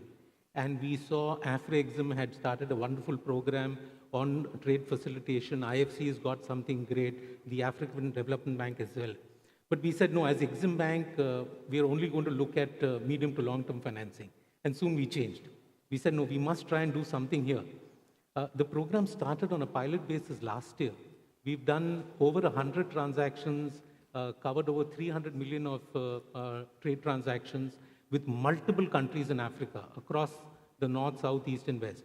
This year, we're looking to have the program go upwards of $1 billion. That shows that the risk perception, what's happening really is that when you look at the risk part of it, the number of the RMAs that were there with banks has reduced dramatically because the perceived risk is very high. Again, to quote a study, Moody's did a study from 1983 to 2019, which showed that the total delinquencies on debt in Africa is amongst the lowest in the world. That shows that perceived risk is perhaps higher than the actual risk involved, whether it's trade finance or it's long-term investments going into markets. Now, when you look at, again, I made a point on the extractive industries. If you look at non-extractive sector, that's where investments are not flowing enough. And we need to look at making certain regulatory changes, looking at developing or building institution frameworks stronger. And IFC has done a study which says that if this goes well over the next 4 years, we could see an additional 20 billion of investments flowing just in sub-Saharan Africa through these small changes. So there's a lot that can be done if we get it right. I think the future is very great. I'll just quote a couple of examples. For instance, Kenya, we've supported a textile company that has now created jobs. It is exporting out. In Mozambique, we started supplying PV modules for solar, setting up solar generation. Today, we are seeing that Mozambique, with additional funding, has now started manufacturing their own PV modules in Mozambique. The last point is here in Ghana. We are looking at a multimodal transportation network because it reduces cost, it reduces freight, it increases our move towards green transportation. And that multimodal transport, that corridor, we are funding it from Tema to Akosambo. It goes up to Burkina Faso. That can be a game changer, particularly for landlocked countries, because you manufacture and then you export out at much lower cost than what it And I think that is the issue, is we start looking at these tangible examples of change, then we can celebrate the traction that we are making as Africa. Solomon. So it's interesting, the gentleman from Russia talked about the fact that DFIs should start to really shift from lending to guarantees. Those of you who were in the prior panel heard the Minister of Finance talk about their issuance into the Panda bond market.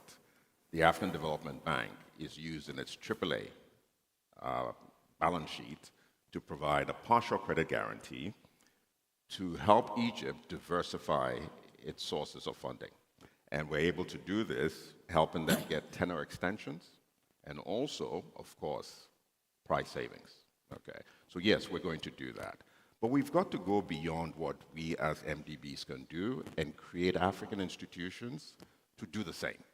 And this is part of the reason that we've partnered with, the Pitch Group, the Nigerian Sovereign Investment Authority, the Africa Finance Corporation, to create InfraCredit Nigeria. InfraCredit Nigeria has credit-wrapped infrastructure bonds in that market to the tune of about $500 million to date. Local currency, okay? We're going to create one in East Africa. We're going to create another one in other markets until we really start to mobilize African capital into the productive sectors. So for us, we've never seen a bankable project that cannot find money. So that is the gap that we need to think about. We need to look at ways in which we can scale up project development, speed up project development, especially in green infrastructure. And this is also why we are working with partners. We call it Team Africa, Team Europe combined, and Team America to create the Alliance for Green Infrastructure in Africa to actually speed up, scale up green infrastructure, which is where the gap is in Africa. Thank you. Jeremy Awori, let's weigh in with a private sector voice here. There are a few points that come to mind here. They were mentioned by the panelists. The reliance on outside funding to solve Africa's problems is a mindset shift that we need to move away from. We have a lot of local resources. The question is are we deploying those local resources, and what more can we do to actually get those resources and guide them into the right investment? So what I call local direct investment needs to be a focus, and local currency, local direct investment. For people to invest, they need the confidence. We've talked about perception around the risks that are being taken.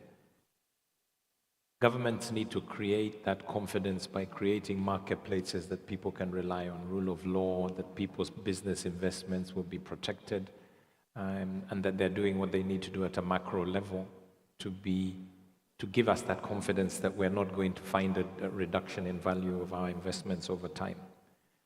There's a point that was also made around savings. How do we push up our savings culture? Whether that's pension savings or just individual savings, which comes back down to banking penetration. If we can drive up banking penetration using digitalized services, then we get cheap funds in terms of current accounts or savings accounts that can be used by the banking system to lend into SME, into agriculture, among others.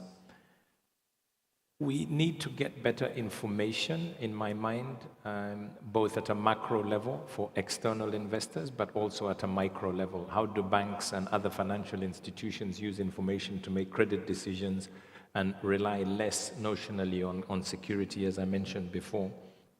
And then also working with various partners, what instruments can we use and develop that will attract capital? So we've got many millions of Africans in the diaspora who are saying, I want to invest in Africa, but where do I put it? So normally they go and they build a house or they invest in their relative's business, but can we pool together investment opportunities where people can come and say, I'll take my dollars and I'll invest there.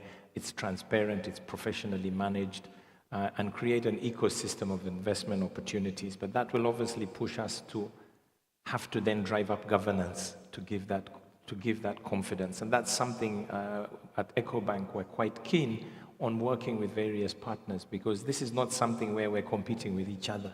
We have to work together to build these capital markets, whether it's multilaterals, bilaterals, DFIs, banks, other financial institutions, because we've got great talent, we have got great people, we have got great resources. Let's create the instruments that will give them confidence to invest in our continent and countries. Thank you. Create instruments that will give investors confidence to invest in our continent. Kayore, Bank of Industry. Sorry, get it. Thank you very much. Talking of risk perception in Africa, it's very real. For instance, you pick the case of Nigeria. The rating agencies we've spoken about, they quickly downgraded Nigeria from B2 to B2 minus to CAA, and what that means is that the cost of raising money for Nigeria has just gone through the roof. Now, if you were to ask the rating agencies, why do you think, the rating for Nigeria is the right rating? They will tell you very quickly that the debt profile is very high, that Nigeria spends a lot of money on subsidy. There are multiple exchange rates in Nigeria. Okay, no problem. We have a president who has come in. He has removed subsidy. He has aligned the multiple exchange rates. So we asked them, so why have you not upgraded Nigeria? Say we are watching it, And the same thing happens in a lot of places, that the cost of raising money in Africa is very high.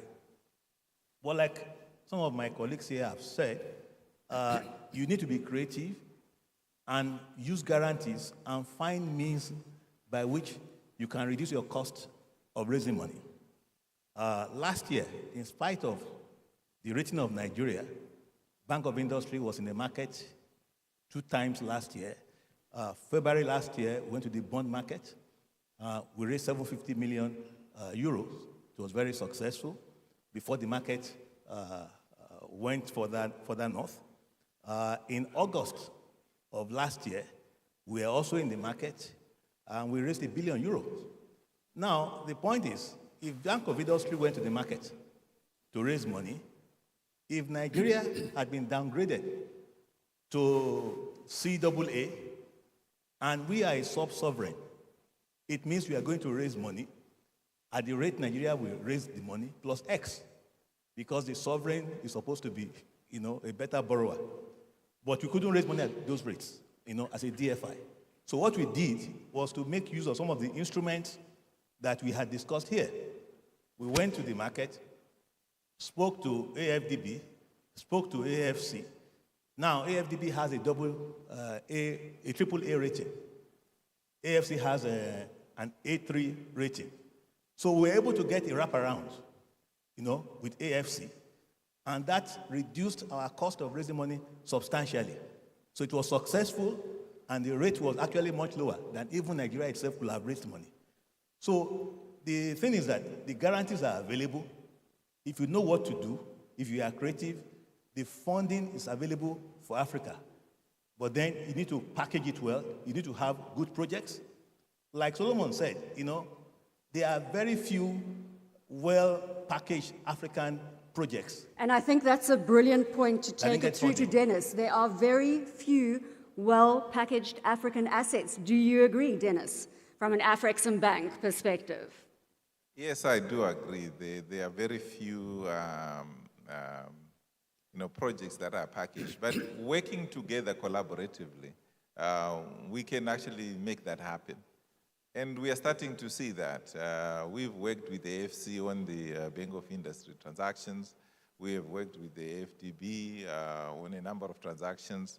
So working together, we can make this thing happen. The risk perception is there. To give you an example, On a standalone basis, Afreximbank is rated A by Fitch. It's public knowledge. But because we operate in Africa, they notch us 3 levels down because of the perception of their risk on the continent. And my view is, where does that perception come from? It comes from lack of knowledge. They don't understand the constituent countries on the continent.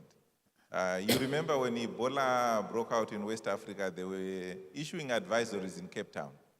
It's just, they don't know. Our engagement with the rating agency resulted in them reducing those 3 notches to 2, because we're now educating them about the reality on the continent. In terms of packaging, we actually have now established a separate department called Guarantees and Specialized Funding to really focus on this issue of guarantees. We provide our clients with guarantees to enable them to win contracts in support of African contractors. Because if you look historically, most of the major contracts were given to foreigners because even our own governments did not trust the capacity of the local entrepreneurs. So we're stepping in, providing those guarantees to enable them to win those contracts and finance them to import the equipment to execute those contracts. The dam in Tanzania was executed by Egyptian contractors because we provided the insurance that they required, and it's working well. So we are supporting that across Africa. I spoke earlier on about the Project Preparatory Fund. Even the insurance arrangement, the day before yesterday, we launched Afrexsure to ensure that we de-risk these projects and make them bankable. Christian, I remind everybody of the topic at hand. We're looking at innovative instruments. We're looking at guarantees. We're also packaging that with Africa and the risk premium, whether it is perception or reality. Christian. Yes, Bradley. As you know, there was a conference this week in Paris on this new pact on financing development, and this very issue of guarantees and how to bring the private sector in will be addressed during that discussion. The issue has to be addressed in line with the way we can bring the private sector to indeed finance sectors that are in line with the agenda of transforming economies in Africa. And for that, one of the things that the private sector is asking is for de-risking tools. So we need to find and to work more on this window of providing guarantees. At AFD, we try to do this in 3 ways. First, by supporting directly some African institutions. For instance, we have invested heavily with our friends from African Development Bank in Africa Guarantee Fund, for instance. That is a key player in this very sector. The second thing is what Salomon mentioned, to try to work on the platform of actors in Team Europe, going to look for the grant that Europe has in order to allow us, with our loans, to be able to de-risk some operation. And the last venue that we are using within AFD is to work on public payment guarantees for governments in order to allow the financing of key infrastructure that are done under private-public approach. Thank you. Right. So, gentlemen, you have all done incredibly well. We have another 7 minutes, so I'm going to give you 30 seconds each to give me your key takeaway from this discussion, Unlocking Capital for Prosperity. Mahesh, I know you wanted to come in earlier, so I'm going to start with you. In terms of your final takeaway, you have 30 seconds each. Thank you very much. Thank you very much. I would like to say that the initiatives on guarantees are the most important issue. They need to be scaled up. I worked for a guarantee company for a decade in the US, Monoline. Monoline's guaranteed $3 trillion of debt before they hit the skids in 2008. and they had guaranteed 130 billion in the emerging markets, more than all the multilateral development banks combined at that time. We need to scale up the guarantees that you do multiple times. Every development bank has to do that, and they're to be simpler, and they're to be Africa-wide. Country-by-country guarantee companies are fine, but you need diversification to scale up. That's Solomon, what we need. build on, scale up. Capital is available, but we need to actually create the de-risking and the credit enhancement platforms. And I say platforms because we need to aggregate our resources as partners to be able to have a meaningful impact in terms of the project space in Africa. So capital is available, but it's not going to come easy. Let's figure out what we need to do in terms of guarantees and innovation to crowd that capital in. And let's also pay attention to our own African markets and our African sources, because that's captive to us. And if we get that right, the global flows will come on top. Dennis. Just try it again, sir. In 2014, we launched the Central Bank Deposit Program, where we're trying to get capital from the continent. We only raised 75 million. In 2022, we raised 8.6 billion from the African central banks and insurance companies and pension funds. So cumulatively, we've raised 33 billion US dollars over this period. So capital is available on the continent. But we've gone further. We're now looking at local currency funding, using our rating to access that capital and provide the tenors that are required for development. So working together with financial institutions such as the FDB, TDB, and even commercial banks like Standard Chartered, Standard Bank. EcoBank. Yes, we absolutely can marshal the capital that is required for Africa's development. Allah, I'm going to jump to you. Governor, I haven't forgotten you. I'm going to take Allah first. Thank you. Thank you. Allow me to give one more example about innovative instruments. 2.5 years ago, West African Development Bank has issued one of the first ESG bonds. The good thing is, instead of paying 5% plus on the senior debt, we issued on this ESG bond, we paid 2.75%. So a huge economy, which of course will benefit to our populations. The way to do it was to commit that we would use the proceeds exclusively to SDG-related projects. Of course, what is sad is that the non-SDG-related projects were typically excluded from these resources. Fine. But on the other hand, with this ESG bond, we have been able to secure the financing of key projects for our future. So that's just one thing I wanted to mention. Thank you. Governor. Thank you very much. I believe that all projects which can be implemented in Africa actually can have access to capital. What is needed is just to brand them in an appropriate way that will attract the capital. And as we have seen, there are a number of initiatives. If you brand it in a line which can be aligned with climate, it means you can access some discount from various windows which are provided, like ECF, GF, Adaptation Fund, and the like. As well, if you put it, if it can be developed in sensitive to gender, as well as we did in Tanzania, we had a gender bond. So there are a number of ways. What is needed is to just be structured in an appropriate way, and you find a way that can attract financiers to lend on that project. But I believe all the projects can access capital from various ways. Thank you very much. Coyote, 30 seconds each. We are counting down to that clock. We have exactly 2 minutes left. Coyote. Yeah, thank you very much. I would say we need to create African champions. You know, we are telling Afrexim 30 years and we are congratulating them. Can you imagine if we can double the size of Afrexim in about 2 or 3 years? And we can do it. We have the capital. You know, we should support people like banks like Afrexim, AFC, and the regional banks.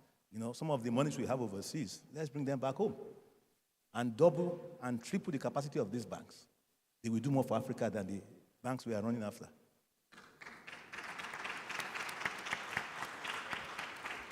Christian. Yes, in 2 words, I would say that this conversation could not have been more timely. When you look at the context we are in, where needs for financing development in Africa are very, very high, and at the same time, capital flow towards Africa is shrinking. If you look at ODA, for instance, it used to represent 4% of the GDP of sub-Saharan Africa back in 2006. Today, it's only 2.5%.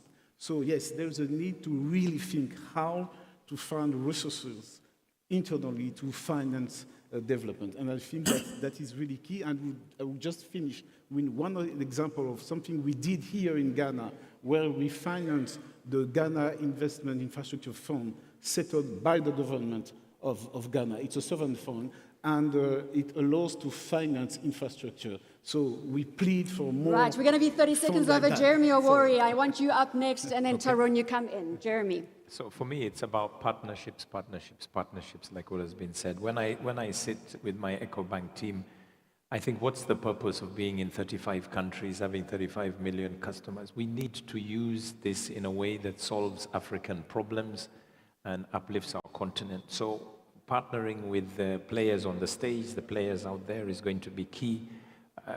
How do we address some of these problems like trade? We've talked about Africa Continental Free Trade, partnerships like PAPS we heard yesterday. We have a platform today in EcoBank that you can do real-time payments across the continent. Why aren't we using that to encourage small traders to be able to do this? I would also say, let's try new things. We shouldn't be afraid to fail. Let's try some new pilots. If they don't work, what do we learn? If we try new things, then how do we scale up? And I offer EcoBank and our infrastructure to scale. And by working together, I think we can make our own small difference. And Tarun, the last 30 seconds to you, sir. I couldn't agree more with Jeremy. De-risking requires us to look at building institutional capacity of banks and institutions across Africa. And I think the onus is upon all of us sitting here on stage. And the second is to look at how do we look at credit enhancing so that banks across Africa develop stronger relationships across banks in other geographies. And lastly, in terms of skilling, I think our focus should be on skilling as we go into productive sectors to not only create employment, but also employability. Thank you. Right, ladies and gentlemen, that's us. Thank you very much. A huge round of applause for our panelists. And I just want to say that must be a record. We are at 61 minutes and 15 seconds for 10 delegates on stage. Of course, Nikita's no longer on stage with us. Congratulations, gentlemen. Thank you very much. Mark.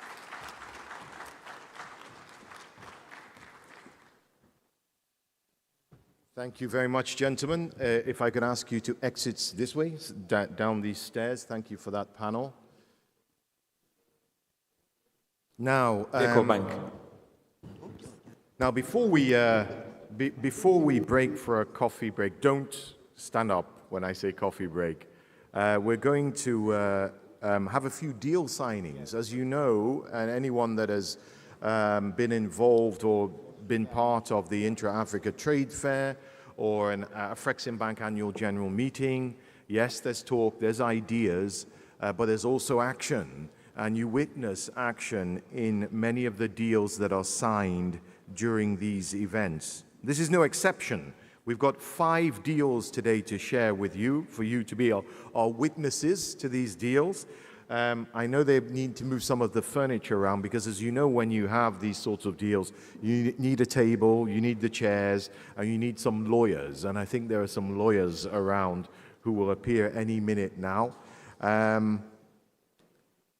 So we're going to have 5. We're going to do 5 deals. I'm just going to wait. We need the witnesses to said deals, the parties to said deals, for said deals to appear. Here comes the table and the chairs.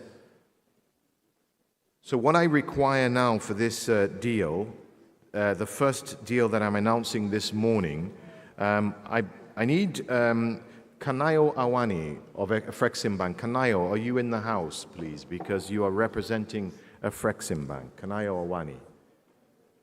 Is Kanai Awani here? Madame Awani, have you seen her? Is she here? Dennis Denia.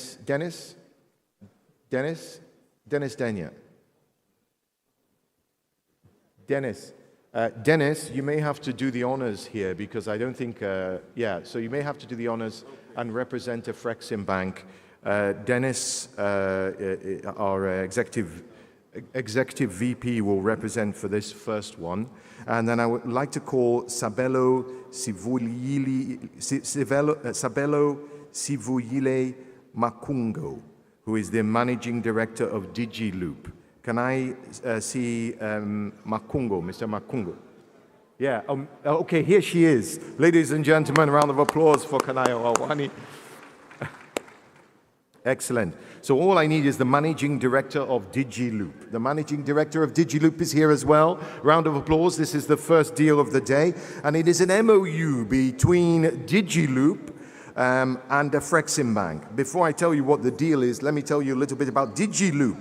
It's a company registered in Mauritius that's focused on enhancement and monitoring of external and internally generated revenues for sovereign states, for countries. The company will operate by collating and analyzing big data from crucial economic sectors, including telecoms and financial services, with the aim of presenting actionable insights. Knowledge is power, right? Information that regulators can use to be effective decision makers and form their policies. So that's what DigiLoop does. It loops digital information.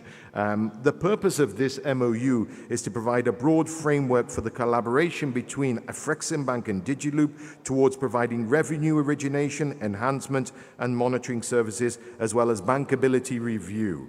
Whereas Afreximbank is represented by Mrs. Nayo Awani, DigiLoop by Sabelo Makungo, and the signing has taken place. Congratulations to both parties on this MOU between DigiLoop and Afreximbank. Now, Madame Kanayo Awani, you are needed for another signing here. Our Vice President of the Intra-Africa Trade Bank.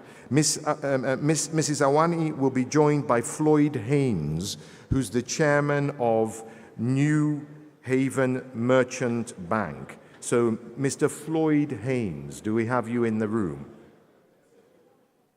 Mr. Floyd Haynes, the chairman, of New Haven Merchant Bank. If you could make yourself known for the signing of the MOU between New Haven Merchant Bank and Afreximbank. If you're here, raise your hand so I can see you. Is he here?